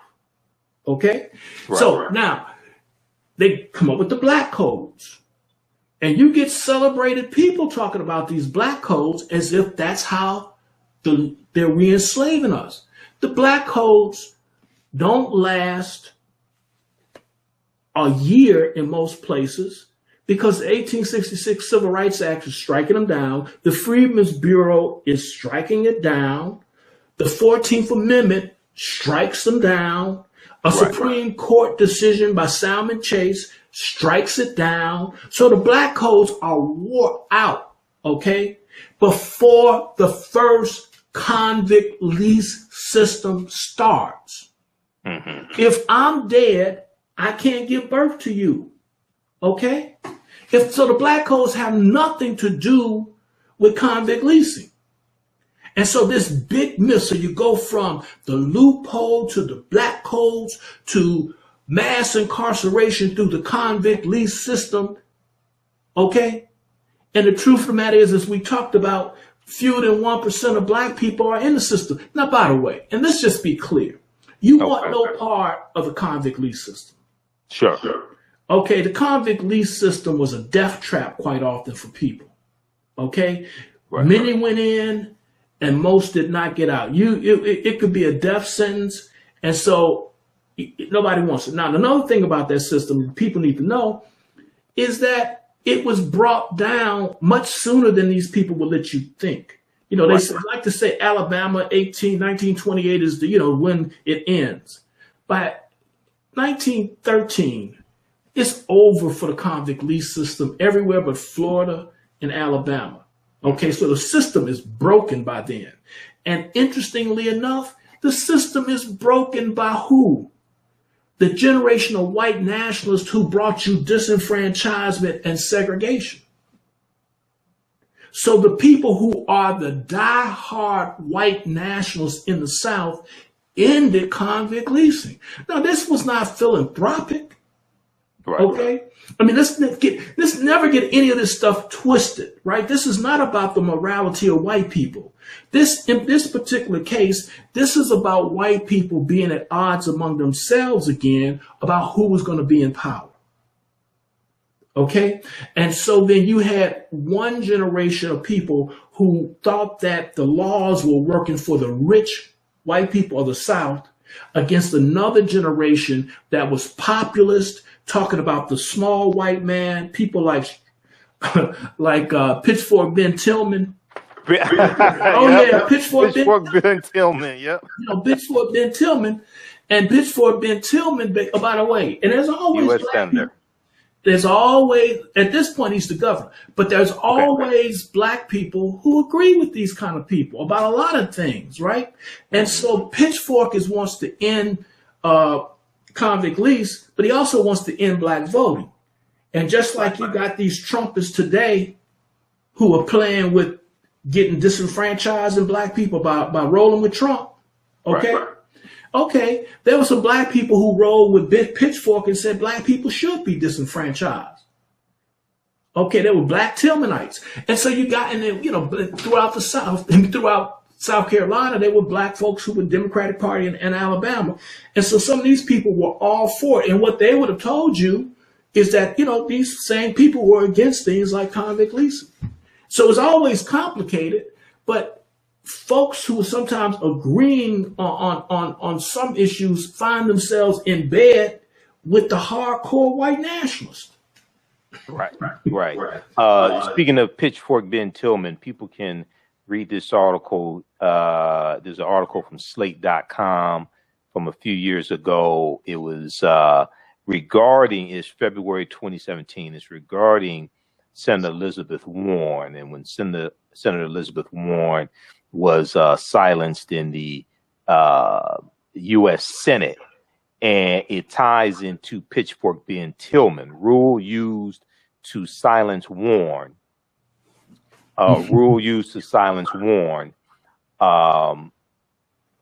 Was created to protect delicate feelings of Senate's foremost lynching advocate. and it talks about Senator Pitchfork Ben Tillman, Pitchfork. who advocated for the lynching of African Americans from the U.S. Senate floor. Okay, so what were you saying? What were you saying, Dr. Scott? Yeah. Strange bedfellows. Just like I said, there's a lot of people back then, black people, not most, just some, who were rolling with Pitchfork Ben Tillman, even though he would support lynching, even though he would do blah, blah, blah. And by the way, goes to show you can be against convict leasing and for lynching. You see how that works? And because you were against convict, he was against convict leasing, I want to just make clear, because he thought the money was keeping his enemies in power. Because convict leasing was always corrupt. Right. And so the politicians in office would get the money from the people with the lease, and that's how they would get reelected. And so part of the reform was to get rid of their enemies. White folks have their divisions. You always want divisions among people who are your enemies. You want to create them, you want to divide them, and they were divided on these issues. And this is how we get rid of convict leasing, even though nobody was for. This was no moral reform on behalf of the Negro. Okay. All right. I want to switch gears here and talk about, for a few minutes, the 1619 Project. I know you've been critical of it. Before we segue into that, very quick, I want to give you an opportunity to promote your latest books and promote your work so people can support you. But also, you can support the African History Network. We definitely need your support as well. $ TheAHNShow through Cash App, $ TheAHNShow through Cash App, also through PayPal, paypal.me/TheAHNShow, paypal.me/TheAHNShow, or at our website, AfricanHistoryNetwork.com. This helps us to, because I do radio 6 nights a week, so this helps us to keep doing the research there on the air, keep broadcasting. And you can I also teach an online course, a 9-week online course that you can register for as well. Dr. Daryl Scott, how can people purchase your books? How can people support you? Well, I mean, you can never find anything on Amazon, but look, what I really need people to do, because I'm not good at self-promotion, go join ASALH. Go to asalh.org, right? And join ASALH. Keep Woodson's organization alive and get it back to publishing his own books, right, in his own journal. So I won't go ASALH.org. Yep. Well, your website is DarylMichaelScott.com. DarylMichaelScott.com. We'll bring that up, and it is Daryl with one R. Daryl Michael Scott. From Maryland, not Ohio. From Maryland, not Ohio. Yep. DarylMichaelScott.com. Support Dr. Scott, and you have a book on Dr. Carter G. Woodson as well. Yeah. What's the name of the book? Carter G. Woodson's Appeal, and then I edited the Miseducation and million versions of that. But support the ASALH version, right? Support Miseducation of the Negro, 1933. Yep, originally. Yeah. Okay. Before we go to 1619 Project, I just want to hit on something. You talked about Thomas Jefferson and Thomas Jefferson wanting to end slavery. Mm-hmm. Okay, is that ending? Now, I know Thomas Jefferson. I know at the Philadelphia Convention in 1787, there was a debate over ending the international transatlantic slave trade, the importation of Africans and enslaving them. And Thomas Jefferson wanted to abolish the international transatlantic slave trade because we know he was a big slave owner, and he felt by cutting off the supply of Africans coming into the country, this would then increase the value of the Africans who were already here. Now, you're saying that he also wanted to end chattel slavery as well? I mean, come on, let's just be honest, right? I mean, let's think all these things through, right? Okay. You may, if Thomas Jefferson and these folks wanted to drive up the price of slaves, mm-hmm. they would be driving up the price of slaves against themselves too. Okay. All right. And then they would also drive up the cost of maintaining slaves. In other words, you now got to feed them better, treat them better, because. Okay. Yeah. I mean, so there's keep them healthy because you're going to sell them for a higher price. Yeah, but again, I mean, this is not really. You got to understand a lot of this stuff. But when you're in the late 18th century. Mm-hmm. You don't have the cotton gin until towards the end, and nobody knows what the cotton gin is around 1793. Okay. Yeah. So you don't know what cotton is going to do and how it's going to change. Cotton growth, the cotton culture in America was what they used to call they still call long staple cotton. And it was done primarily during the Revolutionary era in South Carolina, on the Sea Islands primarily. So what we're really dealing with when you talk about slavery at this point in time is tobacco slavery. Okay, you don't even have a Western market for slaves at this point in time. In other words, we end up with this great migration of slaves to the Southwest. Remember, Thomas Jefferson is the one who's trying to prevent the movement of slaves first to the Southwest. So he puts a bill forth in 1785 trying to end the movement, to end slavery in what becomes Georgia and what becomes Alabama. Not Georgia. What becomes Alabama and Mississippi? He's trying to end that. He doesn't see slavery. And then when they do all this, they don't even have Louisiana. And so at this point in time, 1803 Louisiana Purchase. So then he's not out here trying to perpetuate slavery. He thinks he wants it to come to an end. Okay. And he wants the black folks who are here to be colonized abroad.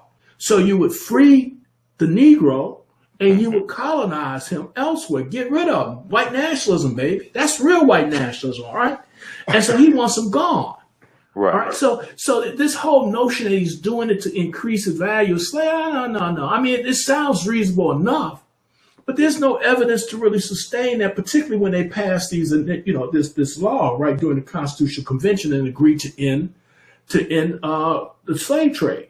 Okay. Well, they put the 20-year clause in That's Article 1, Section 9, Clause 1, the 20-year clause. That's right. And so when they make this deal, this is pre-cotton. Right. And at the same time, he's trying to end slavery in the South. Stop slavery from expanding. And so, again, I don't have any vested interest in the morality of any of these cats. That's not ever what I'm talking about. I don't think history is a morality play. But I am trying to say that when Jefferson is dealing with black folks, okay, not only is he a hypocrite most everywhere you turn, he's also really wants a country that is made up of Americans and assimilated Native Americans, okay, who amalgamate with white folks. And he has no place for the Negro at all. Mm-hmm. Okay, that's his dream world. He and Richard Spencer. Yeah. You get me? They see the same vision, ethno-racial state. Right. Okay, where he incorporates Native Americans. Richard Spencer coined the term the alt-right. He coined that term, but he also, he's big on the ethno-racial state. Right. And he's the mentor to Stephen Miller, who was in the Trump administration, advising the Trump administration. And the vision is no more Negroes in the United States. Right. No more black folks. No more black folks. Exactly. And so I'm not trying to sugarcoat old Tom Jefferson at all. Right. Okay. Exactly. Not at all. I just I want the cards to fall where they may so we could deal with people for what they were trying to do. Now, of course, most of my career, I've been getting slammed about calling Thomas Jefferson a white nationalist. People were saying, no, he's not a white nationalist. He wanted to create black people, a place for black people abroad. He was actually a black nationalist. Oh, yeah. That's what a Yale historian said. Right. All right. Now, the 1619 Project, I know you've been very critical of some aspects of the 1619 Project from the New York Times, spearheaded by journalist Nicole Hannah-Jones. And we know that there has been a slight correction that the 1619 Project put out as well. I'm going to bring that up. That was I don't know which version you're looking at. That was like watching somebody like you're in Detroit, right? What was that running back that y'all had? That famous running back? Barry Sanders. Well, we have Barry Sanders. We have Billy Sims before that. Yeah, but it's like watching Barry Sanders run down the field. You dive in that stuff and it's moving. I don't know. Well, I don't know where they're at right now, but they're moving down the field. Right. So there was well, first of all, I know you had posted It went back in September 2020. You posted on your Facebook page, and you laid out 5 criticisms of the 1619 project. One was racism did not begin in 1619. 2, because they're saying, okay, racism began in 1619, and the 1619 project also is an attempt to reframe American history, and looking at 1619 as the beginning of this country as well, beginning of the start of this country. You talk about slavery was not a primary cause of the American Revolution, because this is something they had to backtrack from. And then 3, African American history is not the story of racism and victimhood, or our actual history is ignored. 4, mass incarceration did not arise from the 13th Amendment. We've already dealt with that. And 5, American history is not reducible to race and racism. Okay, so these are 5 things that you laid out.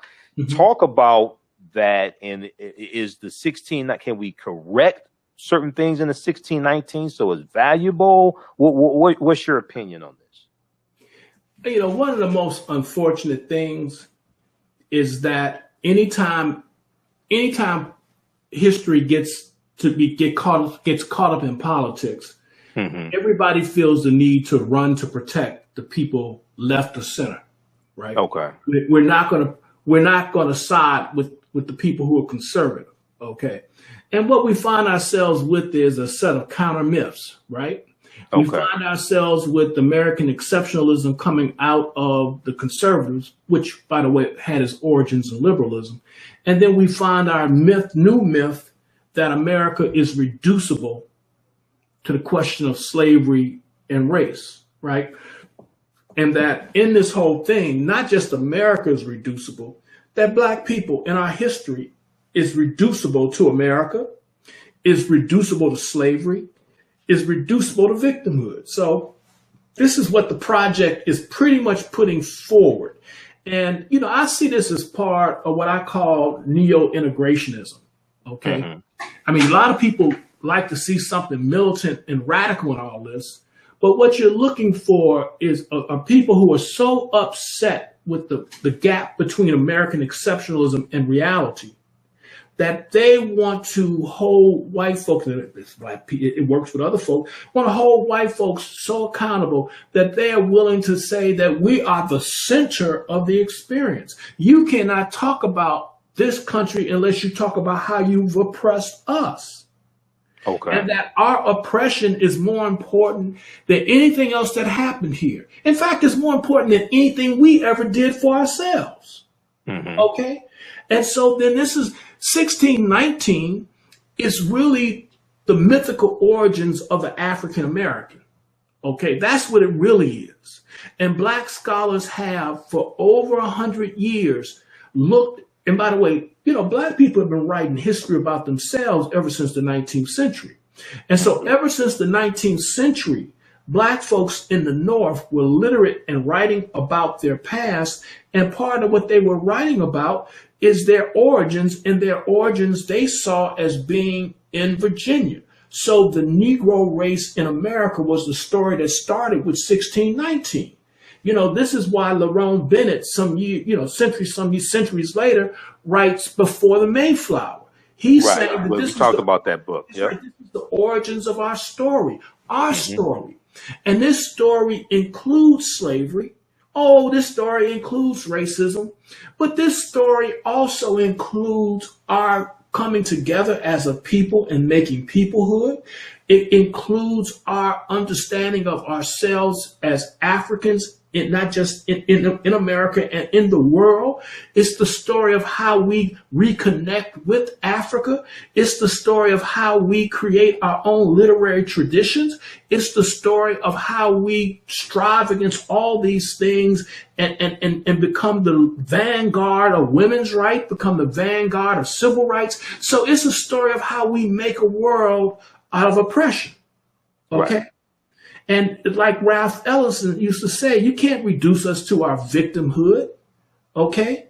that we're not just something that people that we're not just a group of people that things happen to. We made culture. And so 1619 was should have been and was for most of the year in most places a time for Black folks to think back to the experience that they have as a people in America.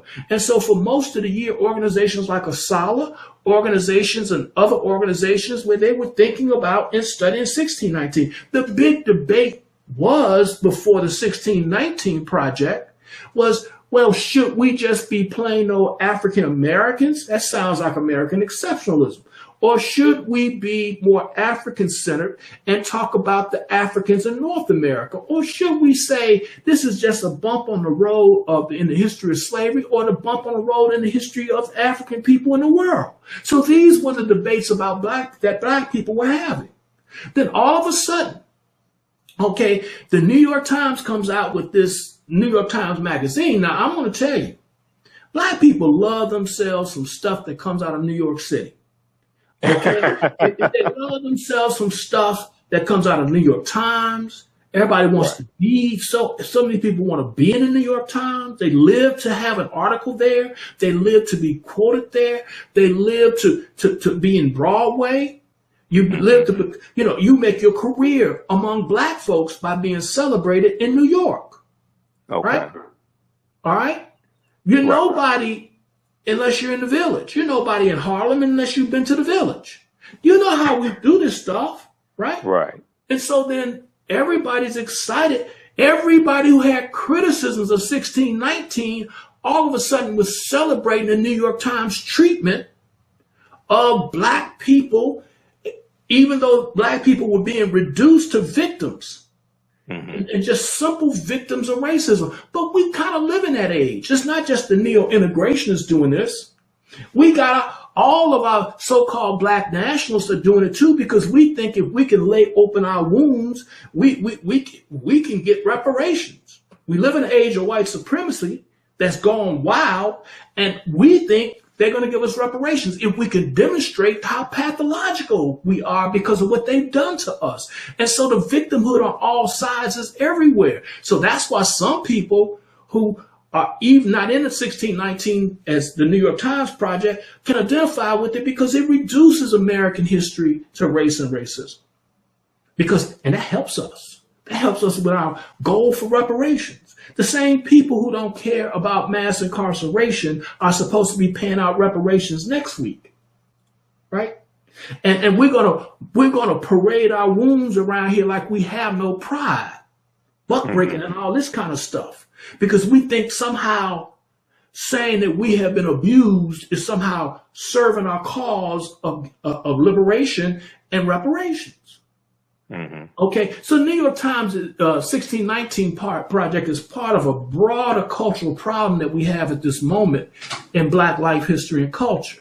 Okay, I don't know how we got here, because Black studies started arguing against pathology. Talk about that for a minute, because see, we know that there's pain in our history in this country, but there's a lot of perseverance and a lot of excellence as well. Inventors, biologists, Ernest Just, Dr. Carter G. Woodson, Dr. George Washington Carver, Dr. W. Du Bois. We have intellectual. We have everything. We have Madam C.J. Walker. We have Andy Turnbull Malone. We have John H. Johnson. Absolutely. We have every from this end to this end. That's right. Everybody, the same people who want to talk to you about Black Wall Street, don't want to recognize that Black Wall Street was the product of people who were allegedly pathological slaves. Talk about that, because I've done lectures on the history of Black Wall Street, and I read Hannibal B. Johnson's book. Hannibal Thomas and Hannibal B. Thomas. Yeah, dude. Hannibal B. Johnson's book on Black Wall Street. Okay. Hannibal B. Johnson. Another Hannibal. I thought you were talking about that other Hannibal at the turn of the century. Okay. No. This one here by Hannibal B. Johnson, Black Wall Street from Riot to Renaissance in Tulsa's historic Greenwood District. This is probably one of the best books on the history of Black Wall Street, and he deals with the fact that one of the biggest thing that people miss about Black Wall Street is we rebuilt it with our own dollars once the race massacre happened. That's what people leave out. They focus on the fact that it was destroyed. Okay. Right. And they say, we can't have nothing. We rebuilt it with our own dollars. Exactly. Black folks have never been, we have been oppressed. Okay. Mm-hmm. Yes. Who's going to deny that? Racism has been here in one form or another once it became a justification for slavery. It's no doubt about that. No one who's going to dispute that. Nobody. Okay. Now, despite racism, we were not so oppressed that we didn't procreate. Okay. You know, if you really get oppressed, and some theories have said we've been so oppressed that it's hard to understand how we copulated. All right. Mm-hmm. So Black people, despite our oppression, our population has continuously grown. Okay. We came out of enslavement. We reunited our families. Well, the truth be told, we created nuclear families. Okay. Right. Because the African families weren't nuclear families as we now see it, but we created nuclear families and extended families and so forth and so on. And we carried that through with us and we became a very literate people. We became an increasingly educated people. We started to accumulate property despite being in the teeth of lynching, despite being in the teeth of segregation. We did all of these things and within 40 years of emancipation. So clearly we were not so oppressed that we were dysfunctional people. Okay. And the story is only half told. So even though we're oppressed, we are functioning people. We created colleges. We created churches. We created fraternal organizations. We have cooperatives. We have cooperatives, the Color Merchants Association, the Color Farmers Union. I have a former graduate student named Anton House who's writing a book on William Washington Brown, who created a cooperative in the True Reformers. And we haven't even begun to understand that. You can't even understand Black Wall Street if you don't understand the True Reformers, because he had a notion of collective Black economic empowerment, not this individual stuff where you would own one piece of property. Right. He believed that Black people collectively should invest in the True Reformers, and the True Reformers would underwrite Black economic development collectively. And so they had old folks home, they had banks, not Madam C.J. Walker. Andy Turnbull Malone? No, not Malone, but the women, the Walker, no. I'm having a brain cramp. But basically, all the folks out of Richmond, okay, the folks who end up being the origins of the middle class in Richmond and in South and in Durham, these folks were all true reformers. Okay, almost to a person. So by the turn of the 20th century, when they start individualizing, they had all been through so many of them had been through the true reformers. Okay, so the Black insurance companies are really the beneficiaries of the history of the true reformers. The Black bankers are the beneficiaries of the history of the true reformers. Okay, so the true reformers are really the link between the emancipated generation, because these people were former slaves. Right. See, we're not talking we're talking about people who shot their masters in Civil War. That side of the Civil War. Right. Where we shoot the master. Right. Okay, so the true reformers went from being Union soldiers quite often, okay, to becoming business people, okay, collectively putting their resources together so that they can start a bank, okay? And so when people say the Freedmen's Bureau stole Black people's money and they didn't know how to save money, the true reformers were saving money and starting banks and teaching other people things that would lead them to start banks. Okay? Pioneering insurance. And so that the people after the true reformers, they would be Black insurance companies. And so all of this. North Carolina Mutual Life Insurance Company. That's right. John Merrick. By the way, Merrick is tied to the true reformers. Okay, so what I'm saying is that when you start looking at all of these folks who are in business in the late 19th century, these people didn't come from a defeated people. You can't have it both ways. You can't be so much of a victim that you can't do for yourselves and you got to waiting around, and even the advocates of the reparation movement. These people were also people who were building institutions. Okay, right. So these things are taking place all at the same time. All right. But nobody ever went so far as to debase themselves. I mean, again, in the 60s, Black studies started because a guy named Stanley Elkins and some of the liberals started saying that we were all pathological because of oppression. And then they started critiquing the Black family, saying how the family was destroyed by slavery. So Black studies starts with a generation of scholars that refuted the notion taken up at the Carter G. Most people don't give him credit, but he was one of the first people to go against E. Franklin Frazier, who said the Black family had been destroyed by slavery. And by the way, he didn't mean it to the extreme that people think he meant it, right? He thought 80% was a bad number. Okay.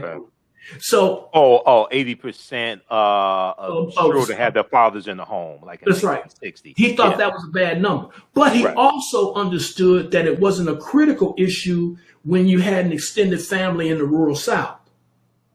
Okay, so that's why he could overstate it. But Woodson didn't like that. So Woodson argued that the Black family was destroyed. So the first generation of Black studies scholars in the late 60s, they defended the Black family. The first generation defended the notion that we were psychologically scarred by slavery. So Black psychologists argued that we were not pathological as a result of white. They argued against self-hate. So self-hate was on the defensive. The whole thing, by the way, this is my first book, Contempt and Pity. And so I talked about all that. So the first generation of Black scholars in Black studies were anti-pathologists. And now we live in a day and age where everybody in Black studies seems to be tending towards accepting one pathology argument or another. Okay? Epigenome and all this stuff where we pass along, not in the genes, but on the genes, notions of slavery and oppression. You mean right? Like epigenetics? Epigenetics. And so that we pass this stuff along that way. That's one pathology argument of today. You get the other pathology arguments, self-hate theories are everywhere again. All right. And then, it's on and on. Sure.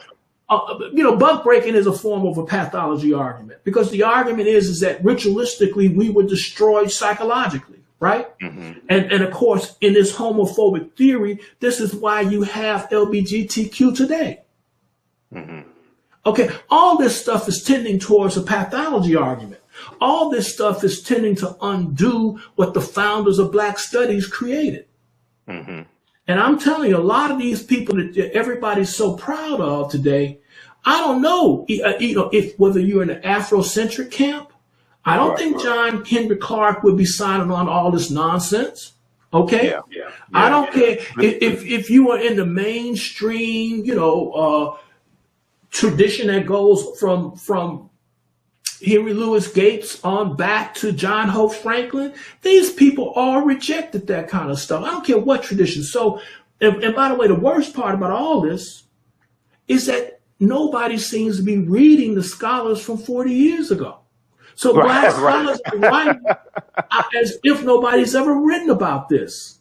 They don't argue with the academics who came before them, who argued against them. They just ignore stuff. Okay?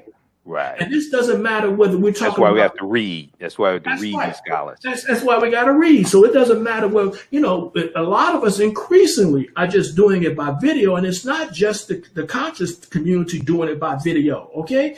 Increasingly, it's all the oral culture again. I mean, the academics may be writing, but they're all, they're part of a social media culture. And so the ideas are circulating primarily that way. Okay, they're not circulating primarily by text anywhere. Okay. Right. Let me ask you this. Lastly, we were talking about the 1619 project, and I brought up there was an update from March 11th, 2020, and I know you posted about this on Facebook. Now, this is actually from the New York Times, And if we just look at a quick synopsis of the 1619 Project, the 1619 Project is an ongoing initiative from the New York Times that began in August 2019, the 400th anniversary of the beginning of American slavery. And we do know that the Spanish were taking Africans into the area that is today Georgia and South Carolina in 1526, enslaving them. We know that, but they're talking about here in the British colonies.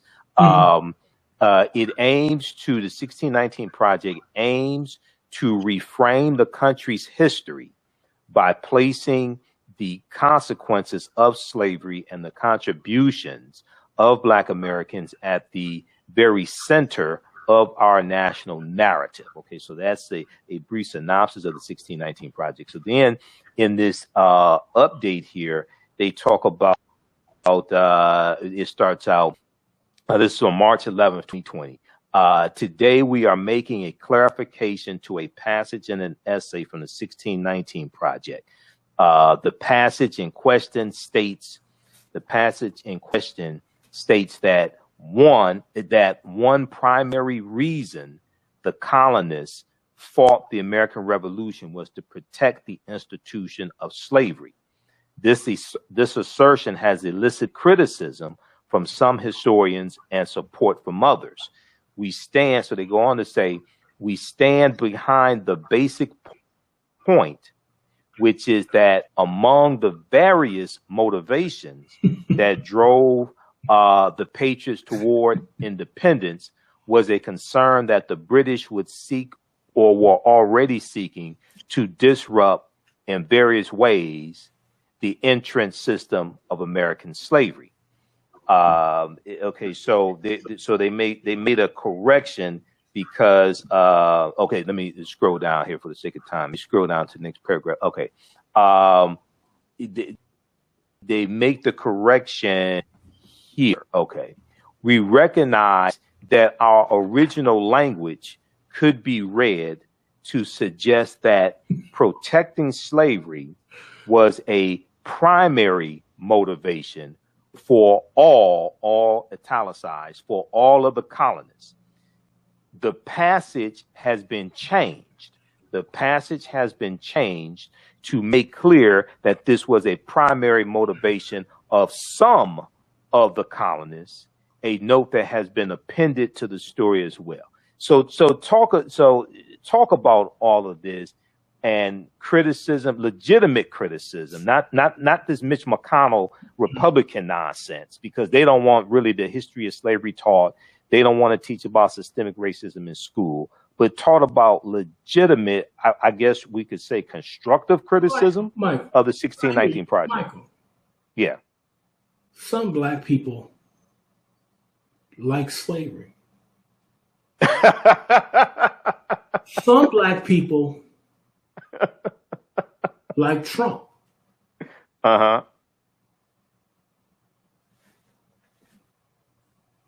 So I'm sure, and I know I have seen a document or two where an American, a revolutionary, white revolutionary, may have been concerned about his slave because they talked about the case in Britain where slavery was ended if someone free, well, I forget the case right now, someone was free, landed on British soil, they would be free. Okay, that case brought a little conversation up, but it was not a great conversation. It was not a huge conversation that took place on this side of the water. In fact, when you look at all of these books that make reference to the Somerset case, when you look at all the books that make reference to the Somerset case, all they show you is a couple of documents. They don't have a world of evidence on this side of the water, period. Okay? You don't even have a discourse among loyalists, okay, about what would happen to their slaves. You know, loyalists had slaves too.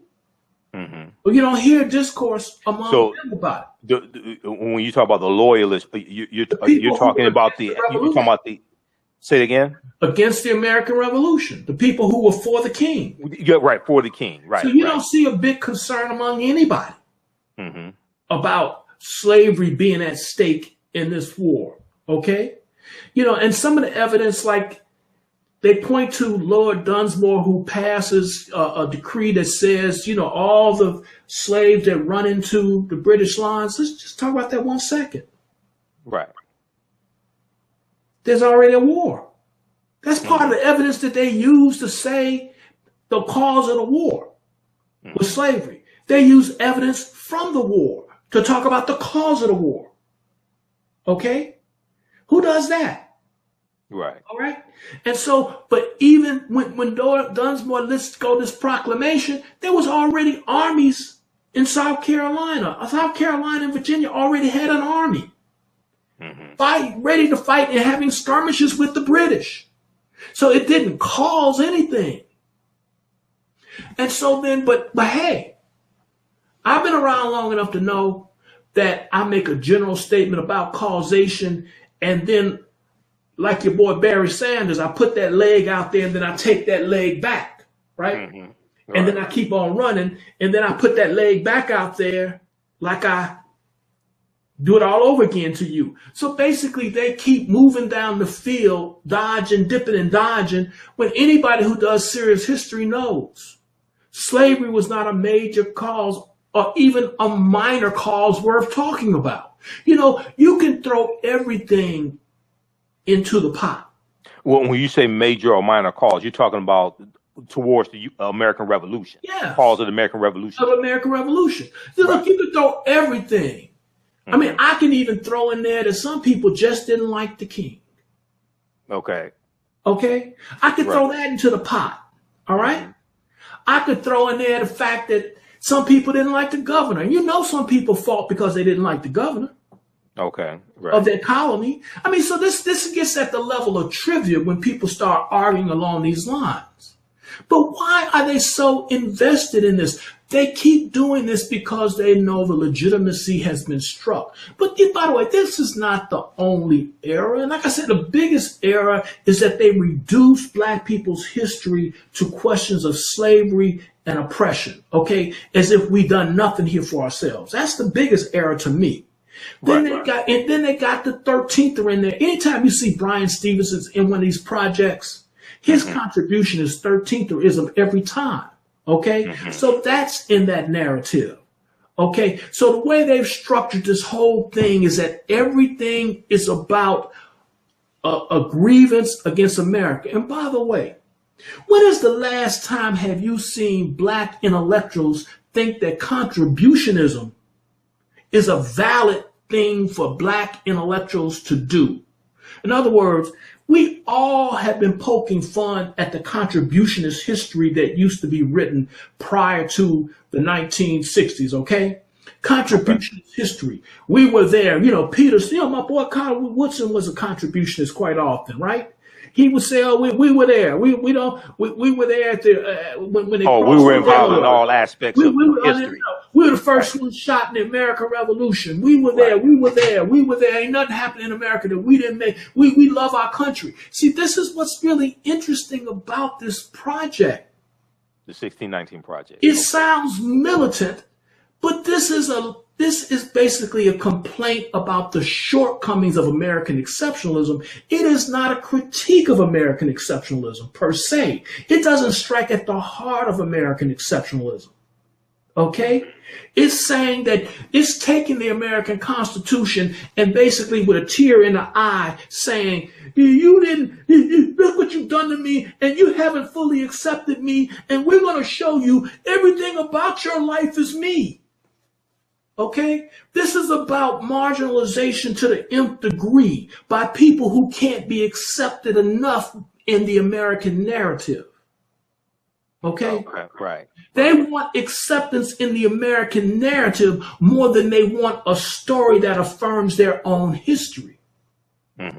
Okay? So the 1619 Project is why I call it the neo-integrationist project. Okay? I can't be accepted enough into the mainstream. Right. Nothing without me. This country's nothing without me. This country was founded in 1619. Like there wasn't even a founding in 1607. Right. Okay. Right. And what part of this ain't you gonna claim? Okay. Now, you've heard me say it. I consider myself a liberal American nationalist, but I don't drink no Kool-Aid. Okay. And these people are effectively simply saying, I've had the Kool-Aid and I'm disillusioned, and I want you to now accept me fully. Okay. And I'll be happy. And particularly if you give me some reparations. Because now the neo-integrationists and the so-called black nationalists agree on one thing, is that we can't even live till tomorrow if we don't get reparations. Now, I'm for reparations, but I just don't think in the heyday of white supremacy, because this is this is a resurgence of white supremacy, I don't think you're getting reparations in the resurgence of white supremacy. I think your oppressors are back to trying to oppress you. Well, you don't have 60 votes in the Senate. You don't have to pass any reparations bill. The votes don't exist, and Quasi is kept. You don't have 218 in the House of Representatives. Look, you don't have the votes to get the police off our butts. Let alone take money out of somebody's pockets. And I know all the arguments that say you ain't got to really use real money. I know all the arguments. Okay, I know how people make all these arguments. The point is, white folks basically stormed the Capitol, had an insurrection, right? Because their white nationalist president got defeated because of Negro and colored votes, right? Okay, and so these folks don't want to accept an election result, right? But these are the folks that are supposed to end police oppression and give you reparations soon. Okay? Sometimes I think that black people believe that the people oppressing them are not oppressors. I think they think that white people are more moral than what they suggest they are. Because if you think that you're going to get reparations without a gun in your hand from the people who are trying their best to disenfranchise you, you must know their heart better than they know their hearts. Or you're going to pick up rifles and go get the money. See, this is where, and the reason I'm bringing this up is what all of this bad history has in common: an attempt to justify reparations. Okay, and it unites black people across a lot of lines in this day and age, that they think that the white people who oppress them are much more moral than they let on. Right. I don't understand it. Exactly. Because I know some of these arguments are not really for our consumption. Okay. Because at bottom, do you really want your kid to just think that you are a bag of pathologies again? Is this what you want your kids to think about themselves? I don't get it, except for to say that they really think that in a movement that's going to undo the status quo on some key issues by parading the pathologies and making historical cases up if they have to justify. Right. Give people your website again, DarylMichaelScott.com. Okay. So with the 1619 project, you from your perspective as a historian, you don't think it could be salvaged or corrected or correct the inaccuracies in it? Is it something that our people should read? What do you think we should do? Well, first of all, once again, we're trying to get our history from the New York Times. Okay. Right. And yet you think this country is the worst place on earth, and you think at the same time the New York Times is where we should get our history. again, I'm the person who doesn't think it's the worst place in the world. I'm the person who believes that there's a hope for the future. Okay. Right. I'm that guy. But are we supposed to be the same people who think that this is racist to the core think the New York Times is where we should get our history? Mm-hmm. What are some good sources for African Americans to go to get their history? Well, what do you recommend? A few books that we should read to give us a foundation. Let's say this. This is a golden age of Black history. Now, what do I mean by that? Mm-hmm.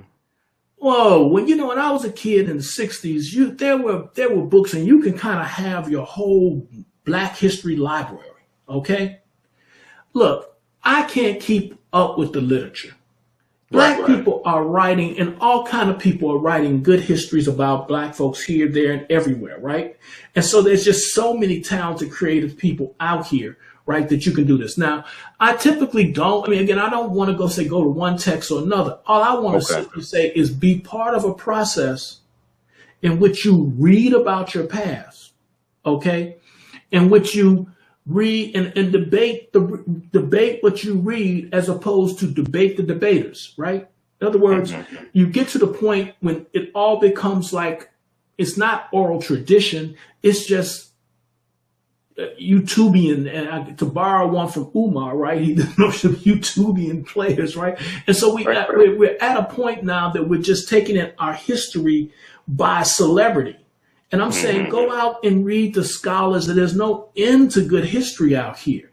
There's no end to histories with footnotes where you can, read these histories. I mean, you can go back to Vincent Harding and go forward to the sisters who are writing about Black women and from American history from the eyes of Black women. They're just all kind of beautiful things that are being written. Okay.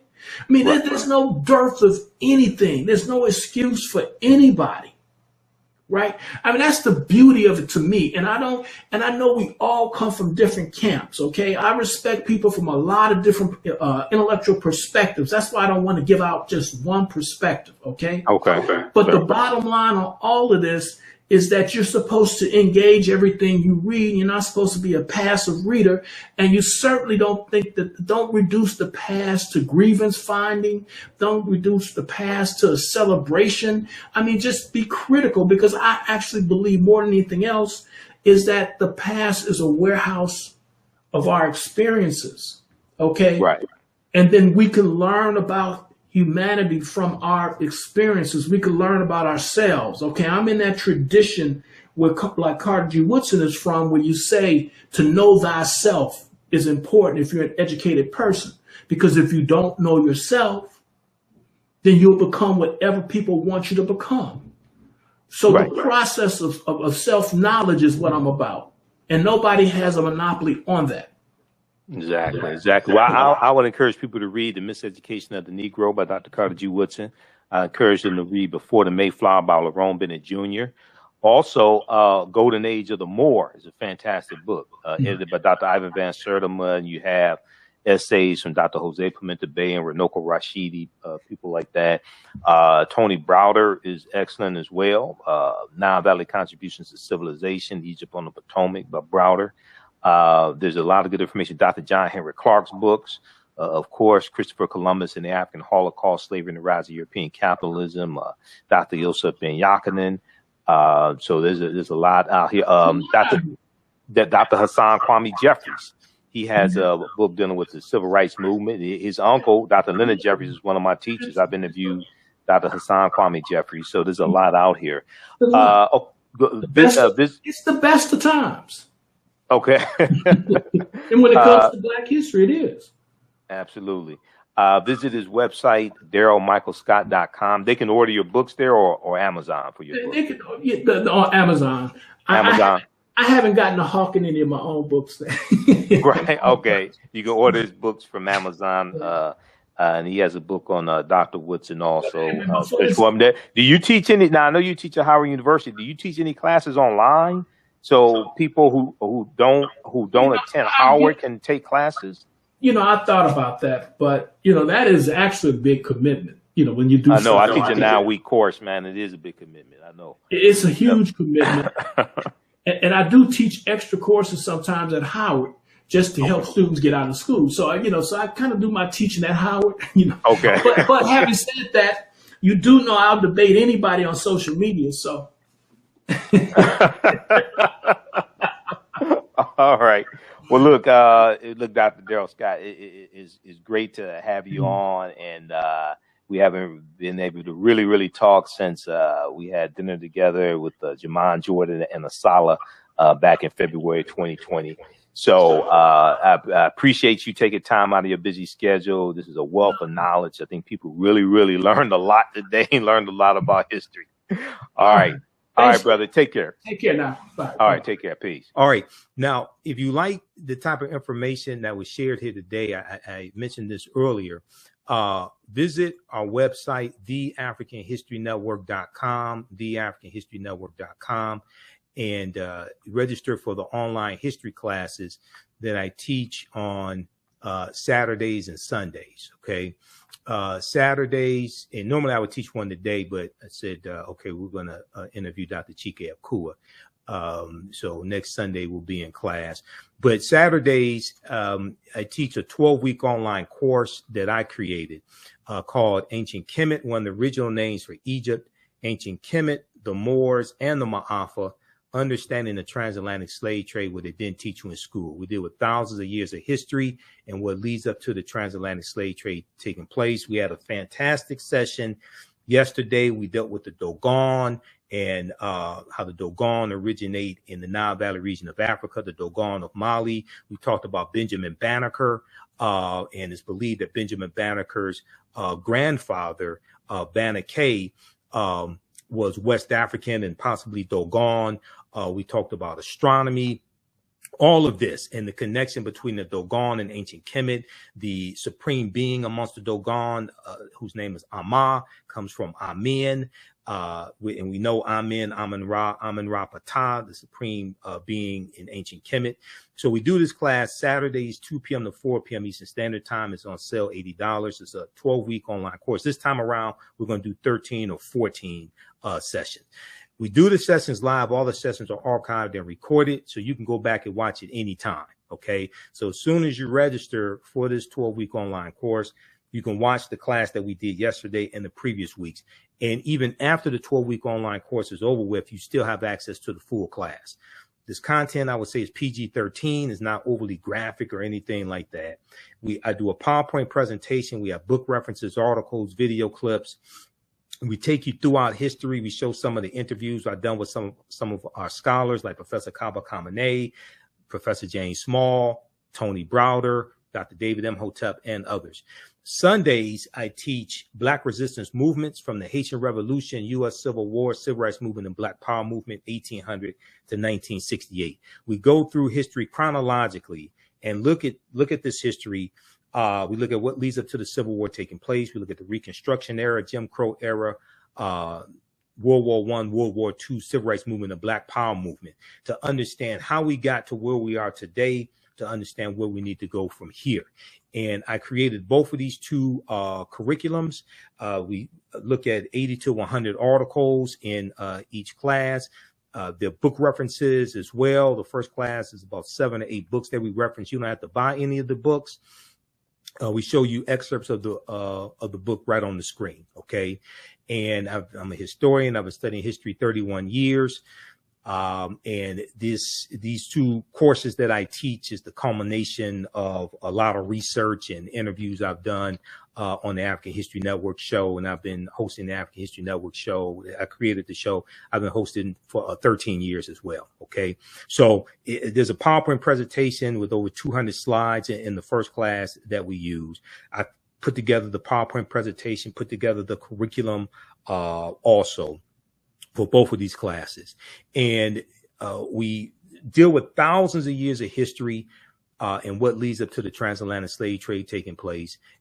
We look at work from Dr. David Imhotep, but we also talk about the 1619 Project. Now, today is August 20th, 2019, the 403rd or 404th anniversary, I should say, of August 20th, 1619. Today is the 404th anniversary of that, when the White Lion pirate ship, which is a Dutch pirate ship, as well as the treasurer, come into Virginia. And it was really Hampton, Virginia, as opposed to Jamestown, like people think. It comes into Point Comfort, and 20 and odd Africans are exchanged for food and water.